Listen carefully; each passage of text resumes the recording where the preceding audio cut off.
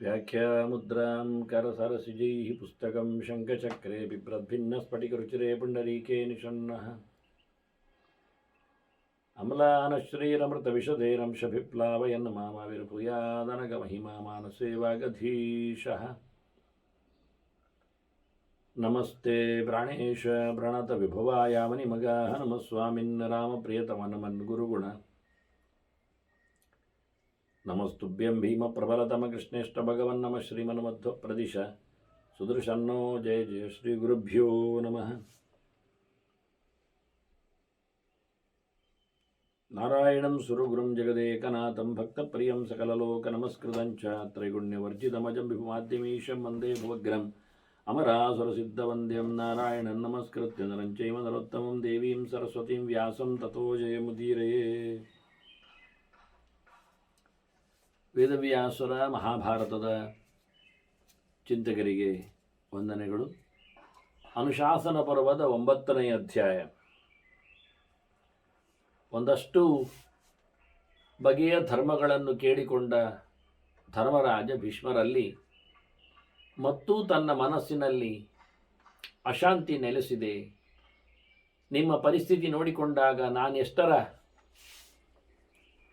ಪಾಪಿ ಕ್ರೂರಿ ಅನಿಸ್ತದೆ, ಹಾಗಾಗಿ ಇದನ್ನೆಲ್ಲ ನಾನು ಮಾಡಿದೆ ಅನ್ನುವ ಮಾತನ್ನು ಆಡಿದಾಗ ನಿನ್ನಿಂದ ಸಾವು ಸಂಭವಿಸಿದೆ ಅಂದಾಗ ಒಂದು ಹಾವು ಕಚ್ಚಿ ಒಂದು ಮಗು ಸತ್ತಿದೆ, ಅದು ಹಾವು ಕಚ್ಚಿ ಸತ್ತಿತು ಅಂತ ಹಾವಿನ ಮೇಲೆ ಆರೋಪ, ಸಾಯಲು ಕಾರಣ ಹಾವು ಎನ್ನುವುದಾಗಿ ಗಲಾಟೆ, ಗೌತಮಿಯ ಕತೆ.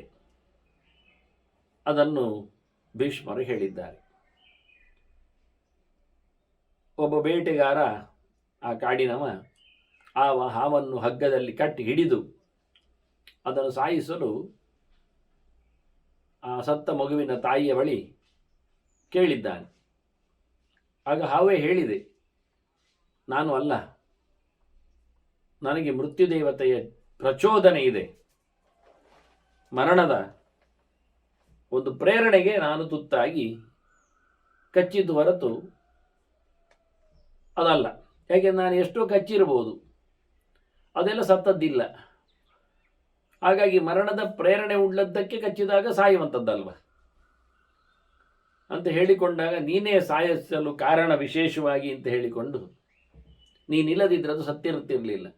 ಎಷ್ಟೋ ಕಾರಣಗಳಿದ್ದರೂ ನೀನು ಪ್ರಧಾನವಾದ ಕಾರಣನಾಗಿ ಅದು ಸಾವನ್ನು ಪಡೆದದ್ರಿಂದ ನಿನ್ನನ್ನು ನಾನು ಕೊಲ್ಲಬೇಕು ಅಂತ ಹಠ ಮಾಡಿದಾಗ ಬೇಟೆಗಾರ, ಹಾವು ಹೇಳುತ್ತದೆ, ಅಲ್ಲಯ್ಯ, ಸಾಯಲಿಕ್ಕೆ ನಾನೇ ಕಾರಣ ಅಂತ ಎಲ್ಲಿ ಅದು ಉಂಟ? ಎಷ್ಟೋ ಕಡೆ ಸಾಯ್ತಾ ಇಲ್ವ? ಎಷ್ಟೋ ಕಡೆಯಲ್ಲಿ ಸಾಯುವವರಿಗೆ ಏನಾದರೂ ಸಾಯಲಿಕ್ಕೆ ಬೇಕಾದ್ದು ಮೃತ್ಯುವಿನ ಪ್ರೇರಣೆ ಅಷ್ಟೇ ಹೊರತು ಅದಕ್ಕೆ ಕಚ್ಚುವಿಕೆ ಅಲ್ಲವೇ ಅಲ್ಲ. ಅದರಿಂದ ಅನ್ಯ ಪ್ರಯೋಕ್ತ ಸ್ಯಾದ್ ಅತ್ರ ಕಿನ್ನು ಜಂತು ವಿನಾಶನೆ. ಬೇರೆ ಕಡೆಯಲ್ಲೆಲ್ಲ ಸಾಯಲಿಕ್ಕೆ ನಾನು ಕಾರಣ ಆಗದೇ ಇರುವಾಗ, ಅಥವಾ ಸಾಯಲಿಕ್ಕೇನೆ ಯಾವುದಾದ್ರೂ ಒಂದು ಕಾರಣ ಅಲ್ಲದೇ ಇದ್ದಾಗ, ಸಾಮಾನ್ಯವಾಗಿ ಯಾವುದೇ ಕಾರಣ ಇಲ್ಲದೆಯೂ ಸಾವುಗಳು ಸಂಭವಿಸಿರುವಾಗ ಪ್ರಧಾನ ಇಲ್ಲಿ ಮೃತ್ಯುವೇ ಹೊರತು ನಾನಂತೂ ಆಗಲಿಕ್ಕಿಲ್ಲ ಅಂತ ಮತ್ತೆ ಅದು ಹಠ ಮಾಡ್ತಾ ಇದ್ರೆ ಬೇಡ ಹೇಳ್ತಾನೆ, ನೀನು ಬಾಯಿ ಮುಚ್ಚು, ವಧ್ಯಸ್ಥ, ನಿನ್ನನ್ನು ಕೊಲ್ಲೇಬೇಕು ನೀನೇ ಅಂತ ಹೇಳಿ ಗಲಾಟೆ ಮಾಡಿದಾಗ ಹಾವು ಹೇಳ್ತದೆ, ಅಲ್ಲಯ್ಯ, ಫಲವನ್ನು ಪಡೀಲಿಕ್ಕೆ ಕರ್ಮ ಕಾರಣ ಆದರೆ, ಕ್ರಿಯೆ ಆದರೆ, ಕ್ರಿಯೆ ಆದರೂ ಫಲ ಬರ್ತದೆ ಅಂತ ಖಾತ್ರಿ ಇಲ್ಲಲ್ಲ. ನೋಡಿ, ಇಲ್ಲಿ ಯಜ್ಞ ಮಾಡ್ತಾರೆ. ಯಥಾ ಹೈವಿಂಶಿ ಜುಕ್ವಾನಾಹ ಮಖೇ ವೈ ಲುಬ್ಧಕ ಋತ್ವಿಜಃ. ಋತ್ವಿಜರು ಋಗ್ವೇದ ಬಲ್ಲವರು ಮಂತ್ರಗಳ ಮಾಧ್ಯಮದಿಂದ ಅಗ್ನಿಯ ಮಾಧ್ಯಮದಲ್ಲಿ ಆಹುತಿಗಳನ್ನು ಕೊಡ್ತಾರೆ. ಅದರಿಂದ ಅವರು ಫಲ ಪಡಿತಾರಾ? ಹೇಳು ನೀನು. ನ ಫಲಂ ಪ್ರಾಪ್ನುವಂತ್ಯತ್ರ ಫಲಯೋಗೆ ಯಥಾ ಹಿ ಅಹಂ. ಫಲ ಪಡೆಯುವುದು ಯಾರು? ಯಜ್ಞ ಮಾಡಿದರ ಹಿನ್ನೆಲೆಯಲ್ಲಿ ಯಜಮಾನ ಸ್ವರ್ಗವನ್ನು ಪಡಿತಾನೆ. ಋತ್ವಿಜರಲ್ಲಿ ಪಡಿತಾರೆ ಫಲ. ಹೋಮಕ್ಕಿರತಕ್ಕಂಥ ಫಲ ಸ್ವರ್ಗವನ್ನು ಯಜಮಾನ ಪಡಿತಾನೆ ಹೊರತು ಮಾಡಿದವನು ಫಲಿತಾನೆ ಅಂತ ಉಂಟಾ? ಹೋಮ ಮಾಡಿದವನು ಋತ್ವಿಜ, ಫಲ ಪಡೆದವನು ಯಜಮಾನ. ಆದ್ದರಿಂದ ಫಲಕ್ಕೆ ಕಾರಣನು ಕರ್ಮ ಮಾಡಿದವನು ಹೇಳುವುದು ಹೇಗೆ? ಆದ್ದರಿಂದ ಅವರಿಗೆ ಏನು ಒಂದೊಮ್ಮೆ ಆ ಸ್ವರ್ಗದ ಪ್ರಾಪ್ತಿಯನ್ನು ಮಾಡಿಸುವಲ್ಲಿ ಯಜಮಾನನು ಋತ್ವಿಜರಿಗೆ ದಕ್ಷಿಣೆ ಮುಂತಾದವನ್ನು ಕೊಡುವ ಮೂಲಕ ಅವನದರಿಂದ ಫಲವನ್ನು ಪಡೆದಿದ್ದಾನೆ ಅಂತ ಸರಿ ತಾನೆ. ಆದ್ದರಿಂದ ಋತ್ವಿಜಯನ್ನು ಸ್ವರ್ಗಕ್ಕೆ ಹೋಗಲಿಲ್ಲಲ್ಲ. ಅದರಂತೆ ನಾನು ಸಹ ಮೃತ್ಯುವಿನ ಚೋದನೆಯಿಂದ ಅದನ್ನು ಕಚ್ಚುವುದರಿಂದ ಸಾಯಲಿಕ್ಕೆ ಕಾರಣ ಆಗುವುದು ಅದರ ಫಲಗಾಮಿ ಎಲ್ಲಿ ಆಗಬೇಕು? ಮೃತ್ಯುವಿಗೆ ಆಗಬೇಕು. ನಾನಂತೂ ಅಲ್ಲ, ನನಗಂತೂ ಸಾಧ್ಯ ಇಲ್ಲ. ಋತ್ವಿಜರಿಗೆ ಈಗ ತಪ್ಪಾದರೂ ಇಟ್ಟುಕೊಳ್ಳಿ, ಋತ್ವಿಜರು ಹೋಮ ಮಾಡ್ತಾರೆ, ಫಲವನ್ನು ನಾನು ಸ್ವರ್ಗ ಅಂತ ಹೇಳಿದೆ, ಸ್ವರ್ಗ ಅಲ್ಲ ನರಕ ಇಟ್ಟುಕೊಳ್ಳಿ. ಈಗ ಯಾಕೆ ಕೇಳಿದರೆ ಅವನು ಹಳಸು ಪದಾರ್ಥ ಕೊಟ್ಟ ಆಹುತಿಗೆ, ಮೈಲಿಗೆ ತುಪ್ಪವನ್ನು ಇಟ್ಟ ಯಜಮಾನ, ಅದರಿಂದ ಫಲ ವಿಸಂವಾದ ಆಯಿತು, ಸ್ವರ್ಗ ಸಿಗಲಿಲ್ಲ, ನರಕ ಸಿಕ್ಕಿತು. ನರಕ ಋತ್ವಿಜರಿಗೆ ಸಿಗ್ತದ? ಋತ್ವಿಜರಿಗಿಲ್ಲ. ಋತ್ವಿಜರು ಶುದ್ಧವಾದ ವಸ್ತು ಅಂತ ತಿಳ್ಕೊಂಡು ಹೋಮ ಮಾಡಿದ್ದಾರೆ. ಇವ ಮೋಸದಲ್ಲಿ ತಂದಿಟ್ಟಿದ್ದಾನೆ ಗೊತ್ತು. ಕಲ್ಮಾಶಪಾದನ ರಾಜನ ಕಥೆ ಎಲ್ಲ ವಸಿಷ್ಠರಲ್ಲಿ ಅದೆಲ್ಲ ಹಾಗೆ ಅಲ್ವಾ? ಅವ ಬೇಯಿಸಿ ತಂದಿಟ್ಟಿದ್ದಾನೆ, ಅಡಿಗೆಯವರು ಹೇಳಿಕೊಟ್ಟಿದ್ದಾರೆ, ತಂದಿಟ್ಟ. ಅದು ಮಾಂಸ ಅಂತ ಹೇಗಾಯಿತು? ಗೊತ್ತಾಗೋದು ಹೇಗೆ ಅವನಿಗೆ? ಅರ್ಥ ಆಗಲಿಲ್ಲ. ಆದ್ದರಿಂದ ಹೋಮ ಮಾಡುವಾಗ ಮಂತ್ರ ಮಾತ್ರ ಋತ್ವಿಜರ ಕೈಯಲ್ಲಿರುವುದು.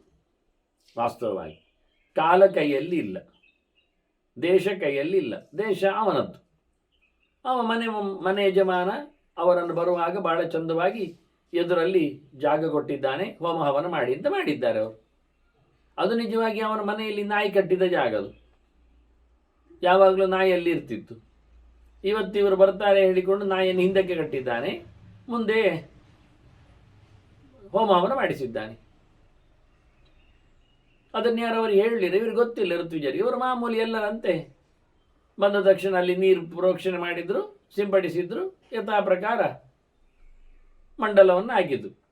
ಸುಮಾರಾಗಿ ಎಲ್ಲ ಕಡೆಗಳಲ್ಲಿ ಅವರೇ ಮನೆ ಮಂದಿಯವರೇ ಹಿಡಿಸುಡಿಯಿಂದ ಗುಡಿಸಿ ಬಿಡ್ತಾರಷ್ಟೇ. ಶುದ್ಧ ಮಾಡೋದವರೇ ನೀರು ಹಾಕಿ ಪ್ರೋಕ್ಷಣೆ ಮಾಡಿ ಅದೆಲ್ಲ ಇಲ್ಲ. ಕೆಲವೊಮ್ಮೆ ಕೆಲವರು ಒರೆಸಿ ಕೊಡ್ತಾರೆ ಜಾಗವನ್ನು. ಇವರು ಹೋದವರಲ್ಲಿ ಈಗ ಯಾವ ಪುರೋಹಿತನು ಬಹಳ ಮುಂದುವರಿಲಿಕ್ಕೆ ಹೋಗಿ, ಬಹಳಷ್ಟು ದೊಡ್ಡ ಗ್ಯಾಪ್ ಇರಲಿಕ್ಕೆ ಹೋಗಿ ಜನಾಂಗದ ಯಾರು ಸಹ ಸೆಗಣಿ ನೀರನ್ನು ತಂದು ಪ್ರೋಕ್ಷಣೆ ಮಾಡಿ ಅಲ್ಲಿ ರಂಗೋಲಿ ಬರೀಲಿಕ್ಕೆ ಹೋಗುವುದಿಲ್ಲ. ಅದೆಲ್ಲ ಕೈದಾಗಿ ನಿಂತೋಗಿದೆ. ಮನೆ ಮಂದಿ ಶುದ್ಧ ಮಾಡಿರ್ತಾರೆ. ಮನೆ ಮಂದಿ ಶುದ್ಧ ಮಾಡಿರುವುದಿಲ್ಲ. ಮನೆ ಮಂದಿ ಜನರನ್ನು ಕರೆದಿರ್ತಾರೆ. ದಿನ ಪಾತ್ರೆ ತೊಳೆಯೋಳು ಬಂದು ಹೋಗ್ತಾಳಲ್ಲ, ಅಂಥವಳೆ ಬಂದು ಮನೆ ಕೆಲಸದವಳು ಅಲ್ಲಿ ಇವತ್ತು ಮಾಮೂಲಿ ಗುಡಿಸಿ ಒರೆಸಿ ಹೋಗಿದ್ದಾಳೆ. ಅದು ಯಾವ ನೀರಿನಲ್ಲಿ ಒರೆಸಿದ್ದಾರೋ, ಯಾವ ಇಡಿಸುಡಿಯಲ್ಲಿ ಪೊರಕೆಯಲ್ಲಿ ಒರೆಸಿದ್ದು ಕಸ ತೆಗೆದಿದ್ದಾರೋ ಯಾರು ಕೇಳುವರು? ಹಾಗೆ ಅಂಗಳದಲ್ಲಿ ಹಾಗೆ ಮಾಡಿದ್ದ. ಇವಾಗ ಹಾಗೆ ಹೋಗಿ ರಂಗವಲ್ಲಿ ಹಾಕಿ ಹೋಮ ಹವನ ಮಾಡಿದ್ದಾನೆ. ಆದರೆ ಆ ನಾಯಿ ಹೊರಳಾಡಿದ ಜಾಗದು ಸರಿಯಾಗಿ ಇತ್ತು. ಇವರೇನು ಪಂಚಗವಿ ಹಾಕಿ ಪ್ರೋಕ್ಷಣೆ ಮಾಡಿದ್ದಾರ ಯಜ್ಞಯಾಗಕ್ಕೆ? ಖಾಲಿ ಸೆಗಣಿ ನೀರಾದರೂ ಹಾಕಿದ್ದಾರ? ಏನು ಮಾಡಲಿಲ್ಲ. ಏನು ನಾಮಕೆ ವಾಸ್ತೆ ಕೆಲವೊಮ್ಮೆ ಸೆಗಣಿ ನೀರು ಅಂತ ಹೇಳಿಕೊಂಡು ಒಂದು ಬಹಳ ಗ್ರಾಮ್ ಗಾತ್ರದಲ್ಲಿಯೂ ಅಲ್ಲದೆ ಸೆಗಣಿಯನ್ನು ಮುಟ್ಟಿಕೊಂಡು ಪ್ರೋಕ್ಷಣೆ ಮಾಡಿಕೊಂಡು ಬಿಡುತ್ತಾರೆ. ಶುದ್ಧವಾಗಿ ಪೂಜುತ್ತಾರ. 1 ಸೆಂಟಿಮೀಟರ್ ಜಾಗೂ ಬಿಡದೆ ನಯವಾಗಿ ಒದ್ದೆ ಮಾಡ್ತಾರೆ ನೆಲವನ್ನು. ಅದು ಇಲ್ಲ. ಎಷ್ಟು ಡ್ರಾಬ್ಯಾಕ್ ನೋಡಿ. ಹಾಗಾಗಿ ದೇಶ ಕಾಲ ಇವರೇನು ಹೇಳಿದ್ದಲ್ಲ, ವಾರ ಆಗಲಿ ತಿಥಿ ಆಗಲಿ ನಕ್ಷತ್ರ ಆಗಲಿ ಯಾವಾಗಲೂ ನೆಲದಲ್ಲಿ ಬೆಂಕಿ ಇರುವುದಿಲ್ಲ ಹೋಮ ಮಾಡಲಿಕ್ಕೆ. ಕೆಲವೊಮ್ಮೆ ಅದು ಸ್ವರ್ಗದಲ್ಲಿಯೂ ಬೆಂಕಿ ಇರ್ತದೆ. ಅದನ್ನು ಲೆಕ್ಕಾಚಾರ ಮಾಡಲಿಕ್ಕುಂಟು. ಬೆಂಕಿ ಭೂಮಿಯಲ್ಲಿ ಉಂಟಾ ಇಲ್ವಾ ಅಂತ ನೋಡುವ ದಿನ ಉಂಟು. ಅದು ನಕ್ಷತ್ರದ ಮೇಲೆ, ತಿಥಿಯ ಮೇಲೆ, ವಾರದ ಮೇಲೆ ಎಲ್ಲ ಡಿಪೆಂಡ್ಸ್ ಆಗಿದೆ. ಅದು ಕ್ಯಾಲ್ಕುಲೇಷನ್ ಮಾಡಲಿಕ್ಕೆ ಬರ್ತದೆ. ಅಗ್ನಿ ನೋಡುವ ಕ್ರಮ ಅಂತ ಹೇಳಿಕೊಂಡುಂಟು. ಅದಿಲ್ಲದ ದಿವಸ ಮಾಡಿದರೆ ಅದು ಸರಿ. ಕಾಲ ಯೋಗ್ಯತೆ ಇಲ್ಲ, ದೇಶ ಯೋಗ್ಯತೆ ಇಲ್ಲ, ಇನ್ನು ದ್ರವ್ಯ ಯೋಗ್ಯತೆ. ತಂದಿಟ್ಟದ್ದು ನಕಲಿ ತುಪ್ಪ ಆದರೆ, ಅದು ಯಾವುದೋ ಪ್ರಾಣಿಯ ಎಲುಬಿನಿಂದ ತಯಾರು ಮಾಡಿದ್ದನ್ನೆಲ್ಲ ಸೇರಿಸಿಬಿಟ್ಟಿದರೆ ಅದರಿಂದ ಆಹುತಿ ಕೊಡೋದ್ರಿಂದ ದೇವತೆಗಳು ಅದನ್ನು ಆಜ್ಯವನ್ನು ಆಹಾರವಾಗಿ ಸ್ವೀಕರಿಸ್ತಾರಾ? ಇಲ್ಲ. ಋತ್ವಿಜನೇನು ಗೊತ್ತುಂಟ? ಋತ್ವಿಜನಿಗೆ ಕಾಲದ ಪರಿಜ್ಞಾನ ಇಲ್ಲ. ಪರಿಜ್ಞಾನ ಅಂದರೆ ಅವನು ದಿನ ಕೊಟ್ಟದ್ದಲ್ಲ, ಅವನು ದಕ್ಷಿಣೆಗಾಗಿ ಬಂದಿದ್ದಾನೆ, ಅವನ ವೃತ್ತಿ ಅದು. ದೇಶದ ಬಗ್ಗೆ ಅವನಿಗೆ ಗೊತ್ತಿಲ್ಲ. ಕೇಳಿದರೆ ಹೇಳ್ತಿದ್ದ ದೇಶದ ಬಗ್ಗೆ, ಅದಲ್ಲ ಅವನಿಗೆ ಗೊತ್ತಿಲ್ಲ. ದ್ರವ್ಯದ ಬಗ್ಗೆ ಗೊತ್ತಿಲ್ಲ, ಕೇಳಿದರೆ ಹೇಳ್ತಿದ್ದ ದ್ರವ್ಯವನ್ನು. ಖಾಲಿ ಋತ್ವಿಜನಲ್ಲಿರುವಂಥದ್ದು ಮಂತ್ರ ಮಾತ್ರ, ಮತ್ತು ತಂತ್ರ. ತಂತ್ರದಲ್ಲಿ ಎಲ್ಲಿಯಾದರೂ ಯಜಮಾನ ಹಾಗೆ ಮಾಡೋದು ಬೇಡ, ಇದು ಇರಲಿ ಇಂಥ ಒಂದೊಮ್ಮೆ ಬದಲಾಯಿಸಿದರೆ ಅದಕ್ಕೂ ಅವನು ಚಕಾರಿಯತ್ವಾಗಿಲ್ಲ. ಕೆಲವೊಮ್ಮೆ ಬಹಳ ಕಷ್ಟ ಅಂದರೆ ಹಾಗೆ. ಇದೆರಡು ಅಂಶಗಳಲ್ಲಿ ಅವನು ಸಿಕ್ಕಿಬಿಡ್ತಾನೆ, ಮಂತ್ರ ಮತ್ತು ತಂತ್ರಾಂಶದಲ್ಲಿ ಮಾತ್ರ. ಇದು ಅವನೇ ಜವಾಬ್ದಾರಿ. ಉಳಿದ ಎಲ್ಲದಕ್ಕೆ ಯಜಮಾನ ಜವಾಬ್ದಾರಿ. ಆದರೆ ಯಜಮಾನನಿಗೆ ಬರತಕ್ಕಂಥ ನರಕಾದಿಗಳು ಅಲ್ಲಿನ ದ್ರವ್ಯ ಲೋಪದಿಂದಾಗಲಿ ದ್ರವ್ಯ ದುಷ್ಟತೆಯಿಂದಾಗಲಿ ಅದು ಋತ್ವಿಜರು ಯಾಕೆ ತಾಡ್ತದೆ? ತಾಗುವುದಿಲ್ಲ. ಅದನ್ನು ಹೋಮ ಮಾಡಿದ ಋತ್ವಿಜರು, ಫಲ ಪಡೆದದ್ದು ಯಜಮಾನ. ಹೇಗೋ ಹಾಗೆ ಇಲ್ಲಿ ನಾನು ಕಚ್ಚಿದ್ದೇನೆ, ಸತ್ತಕ್ಕೆ ಕಾರಣವಾದದ್ದು ಯಾರು? ನನಗೆ ಪ್ರಚೋದನೆ ಮಾಡಿದವು. ನಾನು ಖಾಲಿ ಋತ್ವಿಜರಂತೆ. ಈಗ ನೀನು ದಂಡಚಕ್ರಾದಿಗಳಿಗೆಲ್ಲ ಒಪ್ಪುವುದಿಲ್ಲ ಕಾರಣಗಳನ್ನು, ಅದು ನಿರ್ಜೀವ ಆಗುವ ಮೂಲಕ ಅಂತ. ಮಣ್ಣು ಮಡಿಕೆ ಮಾಡುವಲ್ಲಿ ಮಡಿಕೆ ಒಡಕು ಬರಲಿಕ್ಕೆ ಕಾರಣ ಯಾರು ಕೇಳಿದರೆ, ಮಡಿಕೆ ಶಿಥಿಲ ಆಗಲಿಕ್ಕೆ ಕಾರಣ ಯಾರು ಕೇಳಿದರೆ, ಅದಕ್ಕೆ ಚಕ್ರವನ್ನು ದಂಡವನ್ನೆಲ್ಲ ಹೇಳುವುದಿಲ್ಲ, ಕುಂಬಾರನನ್ನೇ ಕರ್ತೃವಾಗಿ ಹೇಳೋದು. ಅವನೇ ಸರಿಯಾಗಿ ಉಪಯೋಗಿಸಿಕೊಳ್ಳಿಲ್ಲ ಅಂತ. ಯಾಕೆ ಅವುಗಳಿಗೆಲ್ಲ ದಂಡಕ್ಕೆ ಮತ್ತು ಇದಕ್ಕೆ ಚಕ್ರಕ್ಕೆ ಜೀವ ಇಲ್ಲ ಅಂತ. ಹಾಗೆ ಕತ್ತೆಯನ್ನು ಹೇಳುವುದಿಲ್ಲ, ಕತ್ತೆಗೆ ಜೀವ ಉಂಟಲ್ಲ ಅಂತ, ಆದರೆ ಅದಕ್ಕೆ ಬೋಧ ಇಲ್ಲ ಅಂತ ಹೇಳ್ತೇನೆ. ಕತ್ತೆ ಕಾರಣ ಅಲ್ಲ, ಅದು ಖಾಲಿ ಮಣ್ಣೆ ಎಂಟೆ ತಂದಾಗುದು. ಅದಕ್ಕೆ ಅಂತ ಗೊತ್ತು. ಯಾವ ಮಣ್ಣೆ ಎಂಟೇನು ಅದ್ರ ತಲೆ ಮಂಡೆ ಮೇಲೆ ಬೆನ್ನಿ ಮೇಲೆ ಹಾಕಿದ್ದಾರೆ ಅದು ತರ್ತದೆ. ಇದು ಒಳ್ಳೆ ಕ್ವಾಲಿಟಿ ಇದ್ದಲ್ಲ ಮಣ್ಣು, ಹೇಸಿಗೆ. ಅದರಿಂದಾಗಿ ಒಡಕು ಬಂತು ಮಡಿಕೆಯಲ್ಲಿ. ಒಡಕು ಮಡಿಕೆಯಲ್ಲಿ ಬರಲಿಕ್ಕೆ ಕಾರಣ ಮಣ್ಣಿನ ದೋಷ ಅಂತ ಆಗಿದ್ರೆ ಅದು ಕತ್ತೆಗೆ ಹಾಕಿ ಬೈದು, ನಿನ್ನ ಬೆನ್ನಿನ ಮೇಲೆ ಬಂದದ್ದು, ಅದು ಬೆನ್ನಿ ಮೇಲೆ ಇಟ್ಟದ್ದು ಯಾರು? ಅವನೇ ಅಲ್ವ. ಹೀಗಾಗಿ ನಾನು ಒಂದೊಮ್ಮೆ ಕಾರಣ ಅಂತ ನನ್ನನ್ನು ನೀನು ಹೇಳಿದರೆ ಹಾವು ಹೇಳುತ್ತದೆ, ಋತ್ವಿಜರು ಕಾರಣ ಆಗ್ತಾರಾ? ಆಗುವುದಿಲ್ಲ. ಅವರು ಫಲವನ್ನು ಪಡಿತಾರಾ? ಪಡೆಯುವುದಿಲ್ಲ. ಅದನ್ನ ಸಮವಾಯದಲ್ಲಿಯೂ ಸಹ ಒಂದೊಮ್ಮೆ ದೋಷ ಹೇಳಲಿಕ್ಕೆ ಹೊರಟರು ಸಹ ಸಮವಾಯವೂ ಸಹ ಫಲಭಾಗಿಗಳಾಗುವುದಿಲ್ಲ. ಆದ್ದರಿಂದ ನಾನು ದೋಷಿ ಅಲ್ಲ, ನನ್ನನ್ನು ನೀನು ಘಾಸಿಗೊಳಿಸ್ಲಿಕ್ಕಿಲ್ಲ ಅಂತ ಮತ್ತೆ ಬಹಳ ಚಂದವಾಗಿ ವಾದ ಮಾಡಿದೆ ಹಾವು. ಇಷ್ಟೊತ್ತಿನಲ್ಲಿ ಮೃತ್ಯುವಿಗೆ ಇದು ಕಾರಣ ಅಂತೇಳಿ ಆಚೆ ದೂಡಿತು. ಯಜಮಾನ ಹೇಗೆ ಹೋಮ ಮಾಡಿಸುವಲ್ಲಿ ಸಫಲನೋ, ಫಲದ ಭಾಗಿಯೋ, ಹಾಗೆ ನನಗೆ ಮೃತ್ಯು ಪ್ರೇರಣೆ ಮಾಡಿ ನಾನು ಪುರೋಹಿತನಂತೆ ಕೆಲಸ ಮಾಡಿದ್ದೇನೆ ಅಂತ ಹೇಳುವ ಮೂಲಕ ಅವನಿಗೆ ಯಾವುದಿಲ್ಲ. ಪುರೋಹಿತನು ಹಾಗೆ ಕೆಲವೊಮ್ಮೆ ಅವನು ಶತ್ರುಬಾಧೆ ಪರಿಹಾರಕ್ಕೋಸ್ಕರ ಅಂತ ಮಾಡಿಸ್ತಾನೆ ಇವನಲ್ಲಿ, ಪುರೋಹಿತನಲ್ಲಿ. ಆಗ ಅವನು ಅಂಥದ್ದೇ ಮಂತ್ರ ಎಲ್ಲ ಪ್ರಯೋಗ ಮಾಡ್ತಾನೆ. ಹನ ಹನ ಪಚ ಪಚ ಮತ ಮತ ಎಲ್ಲ ಹೇಳುತ್ತಾನೆ. ಕೊಲ್ಲು ಕೊಲ್ಲು ಬಡಿ ಬಡಿ ಹಾಗೆಲ್ಲ ಮಂತ್ರ ಹೇಳೋದು. ಹನ ಹನ ಅಂದರೆ ಕೊಲ್ಲು ಕೊಲ್ಲು ಅಂತ ಅರ್ಥ. ಕೊಲ್ಲು ಬೇಗ ಕೊಲ್ಲು ಬೇಗ ಕೊಲ್ಲು ಬೇಗ ಅಂತದ್ದು ಕನ್ನಡದಲ್ಲಿ ಮಂತ್ರವೊಂದೊಮ್ಮೆ ಹೇಳಿ ಆಹುತಿ ಕೊಟ್ಟರೆ ಆಗಿರ್ತದೆ. ಹಾಗೆ ಮಾಡಿಸಿದ್ದಾನವ ಯಜಮಾನ ಇವನಲ್ಲಿ. ಅದಕ್ಕೆ ಇವನು ಜವಾಬ್ದಾರನಾಗ್ತಾನ. ಅವ ಶತ್ರು ಸಂಹಾರ ಆಗಿ ಹೋಗ್ತದೆ ಅವನಿಗೆ. ರಾಜರೆಲ್ಲ ಮಾಡಿಸ್ತಾರೆ ಪೌರೋಹಿತ್ಯ, ಶತ್ರುಬಾಧೆ ನಿವೃತ್ತಿಗಾಗಿ ಅಂತ ಹೇಳಿಕೊಂಡು ಪುರೋಹಿತ ಮಾಡಿರ್ತಾನೆ. ಶತ್ರು ಸಾಯ್ತಾನೆ. ಶತ್ರು ಸಂಹಾರ ಆದದಿಗೆ ಪುರೋಹಿತ ಕಾರಣ. ಪುರೋಹಿತ ಕೊಲೆ ಮಾಡಿದ್ದೆ ಹೇಳುದ ಅವನ ಸಂಹಾರಕ್ಕೆ? ಆಗುವುದಿಲ್ಲ. ಅವನು ಒಳ್ಳೇದು ಮಾಡಿಸಿದ್ರೆ ನಾವು ಒಳ್ಳೇದು ಮಾಡ್ತೇವೆ. ಅವ ರಕ್ಷ ಹೇಳಿದರೆ ನಾವು ರಕ್ಷ ಮಂತ್ರದಲ್ಲೇ ಅವ ಮಾಡ್ತೇವೆ. ಅವ ಹನ ಹೇಳಿದರೆ ನಾವು ಹನ ಮಂತ್ರದಲ್ಲೇ ಮಾಡ್ತೇವೆ. ಹಣ ಅಲ್ಲ ರೀ, ಹನ ಅಂದರೆ ಕೊಲ್ಲುವುದು ಅಂತ, ಹನ ಹಿಂಸೆ ಅಂತ ಅರ್ಥ, ಸಾಯಿಸು ಅಂತ ಅರ್ಥ. ಹಣ ಅಂದರೆ ಅದು ಸಾಯಿಸುವಂಥದ್ದೇ ಆದ್ದರಿಂದ ಅದಕ್ಕೊಂದು ಹಣ ಆದರೆ ವಿಷಯ ಅಷ್ಟೇ. ಅದು ಸಾಯಿಸುವಂಥದ್ದೇ. ಹಣ ಅದು ಹೆಣ ಮಾಡ್ತಾ ಆದ್ದರಿಂದ ಅದು ಹಣ ಹೆಸರು ಇರಲಿ. ಹೀಗಾಗಿ ಹಾವು ಮೃತ್ಯು ಚೋದನೆಯಿಂದಾಗಿ ನಾನು ಮಾಡಿದ್ದರಿಂದ ನನಗೆ ಚೋದನೆ ಕೊಟ್ಟದ್ದು ಯಜಮಾನ ವರ್ಗದಲ್ಲಿ ಮೃತ್ಯುವೇ ಇದ್ದಾನೆ ಹೇಳಿದಾಗ ಮೃತ್ಯುವೇ ಬಂದುಬಿಟ್ಟ. ಮರಣ ದೇವತೆ ಎದುರು ಬಂತು. ಈಗ ನೋಡಿ, ಇಷ್ಟರವರೆಗೆ ಹಾವು ಮಾತಾಡಿದ್ದೇ ಒಂದು ಚೋದ್ಯ ಆಗಿತ್ತು. ಈಗ ಹಾವು ಜೋರು ಮಾಡಿದ್ದಕ್ಕೆ ಮರಣ ದೇವತೆಯೇ ಬಂದ. ಅವನು ಹೇಳಿದ, ಪ್ರಚೋದಿತೋಹಂ, ನಾನು ಪ್ರಚೋದನೆ ಮಾಡಿದ್ದು ಹೌದು ಹಾವಿಗೆ ಕಚ್ಚು ಅಂತೇಳಿ. ಆದರೆ ನಾನು ಪ್ರಚೋದನೆ ಮಾಡಲಿಕ್ಕೆ ನನಗೆ ಯಾರು ಕಾರಣ? ನನಗೆ ಕಾಲ. ನಾನು ನನ್ನನ್ನು ಕಾಲ ಪ್ರಚೋದನೆ ಮಾಡಿದೆ, ನಾನು ಹಾವನ್ನು ಪ್ರಚೋದನೆ ಮಾಡಿದೆ. ಕಾಲ ಏನು ಹೇಳಿತ್ತು ಮರಣಕ್ಕೆ? ಈಗ ಸಾಯಲಿಕ್ಕುಂಟು ಒಂದು ಸಾಯುವ ಕಾಲ ಮರಣವನ್ನು ಎಚ್ಚರಿಸಿತು. ಮರಣ ಯಾವ ಪ್ರಕಾರದಲ್ಲಿ ಎನ್ನುವುದನ್ನು ಹಾವಿಗೆ ಎಚ್ಚರಿಸಿತು. ಇದು ಹಾವು ಕಚ್ಚಿ ಸಾಯುವಂಥದ್ದು ಮರಣ, ಇದು ಮರ ಬಿದ್ದು ಸಾಯುವಂಥದ್ದು ಮರಣ, ಇದು ವಾಹನ ಗುದ್ದಿ ಆಗುವಂಥದ್ದು ಮರಣ, ಡೆತ್. ಇದು ಶಸ್ತ್ರದಿಂದ ಆಗುವಂಥದ್ದು, ಇದು ಬಾಂಬಿನಿಂದ, ಇದು ಕ್ಷಿಪಣಿಯಿಂದ, ಇದು ಭೂಕಂಪದಿಂದ, ಇದು ಗುಡ್ಡೆ ಬಿದ್ದು, ಇದು ನೀರು ಹಾರಿ. ಇಂಥದ್ದು ಮರಣ ಯಾವ ಪ್ರಕಾರದಲ್ಲಿ ಉಂಟು, ಕಾಲ ಯಾಕೆ ಹೇಳಿಕೊಟ್ಟಿದೆ ಅದನ್ನು ನಡೆಸುವಂಥದ್ದು ಅದಕ್ಕೆ ಲೆಕ್ಕ. ಅದನ್ನ ಮರಣ ಹೇಳ್ತದೆ ನನಗೆ ಕಾಲದ ಕರೆ. ಹಾಗಾಗಿ ಪ್ರಚೋದಿದೋಹಂ ಕಾಲೇನ ಪನ್ನಗತ್ವ ಅಚೋಜುದಂ. ಅದರಿಂದ ಹಾವೇ ಇವ ಮಾತಾಡೋದು ಹಾವಿನ ಹತ್ರ. ಹಾವೇ ನಾನು ನಿನ್ನನ್ನು ಚೋದನೆ ಮಾಡಿದ್ದು, ನಾನು ಕಟಕಟೆಯಲ್ಲಿ ಬರಬೇಕು, ನಾನು ತಪ್ಪುಗಾರ, ನಾನು ದೋಷಿ ಅಂತೇಳಿ ನೀನು ಹೇಳ್ತೀಯಲ್ಲ, ನಾನೆಂಥದ್ದು? ನನಗೆ ಕಾಲ ಹೇಳಿತು, ನಾನು ನಡೆಸಿದ್ದೆ. ಎಲ್ಲವೂ ವಿನಾಶಹೇತರು ನಾಸ್ಯತ್ವಂ ಅಹಂನ ಪ್ರಾಣಿನ ಶಿಶು. ಇವತ್ತು ಸತ್ತಿರತಕ್ಕಂಥ ಮಗುವಿಗೆ ನಾನು ಕಾರಣ ಅಲ್ಲ ಸಾಯಲಿಕ್ಕೆ, ನೀನು ಕಾರಣ ಅಲ್ಲ.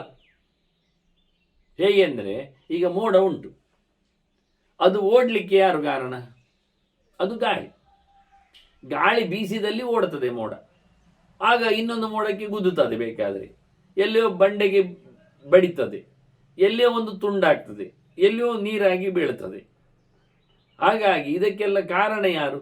ಮೋಡ ಹೊಡ್ಕೊಳ್ಳಿಕ್ಕೆ, ಇನ್ನೊಂದು ಮೋಡಕ್ಕೆ ತಾಗಿ ವಿದ್ಯುತ್ತನ್ನು ಕಳಿಸ್ಲಿಕ್ಕೆ, ಆ ವಿದ್ಯುತ್ತಿನಿಂದ, ಮಿಂಚಿನಿಂದ, ಗುಡುಗಿನಿಂದ ಯಾವುದೋ ಒಂದು ಕಡೆಯಲ್ಲಿ ಸಾವು ನೋವು ಉಂಟಾಗಲಿಕ್ಕೆ. ಅಂದರೆ ಸತ್ತದ್ದು ಯಾಕೆ ಕೇಳಿದರೆ, ಅದು ಮಿಂಚಿನಿಂದ, ಅದು ಗುಡುಗಿನಿಂದ, ಅದು ಮೋಡದಿಂದ. ಅದರಿಂದ ಮೋಡಕ್ಕೆ ಹೊಡಿಬೇಕು. ಮೋಡ ಹೇಳಿದ ನಾನು ಸುಮ್ಮನೆ ನಿಂತಿದ್ದೆ, ಅಲ್ಲಿ ಗಾಳಿ ದೂಡಿತು ನನ್ನನ್ನು, ನಾನು ದೂಡುವಾಗ ಪಕ್ಕದಲ್ಲಿದ್ದ ಮೋಡಕ್ಕೆ ಗುದ್ದಿಕೊಳ್ಳುವಾಗ ಘರ್ಷಣೆಯ ಸ್ಪೀಡಿನಲ್ಲಿ ಮಿಂಚು ರಟ್ಟಿತು. ಅದು ನೆಲದವರೆಗೆ ಹಬ್ಬಲಿಕ್ಕೆ ಹೋಗಿ ಅದರಲ್ಲಿ ವೈರ್ ಹಾಕಿದ್ದಾರೆ, ಅದರಲ್ಲಿ ಪ್ರವಾಹ ಇದೆ.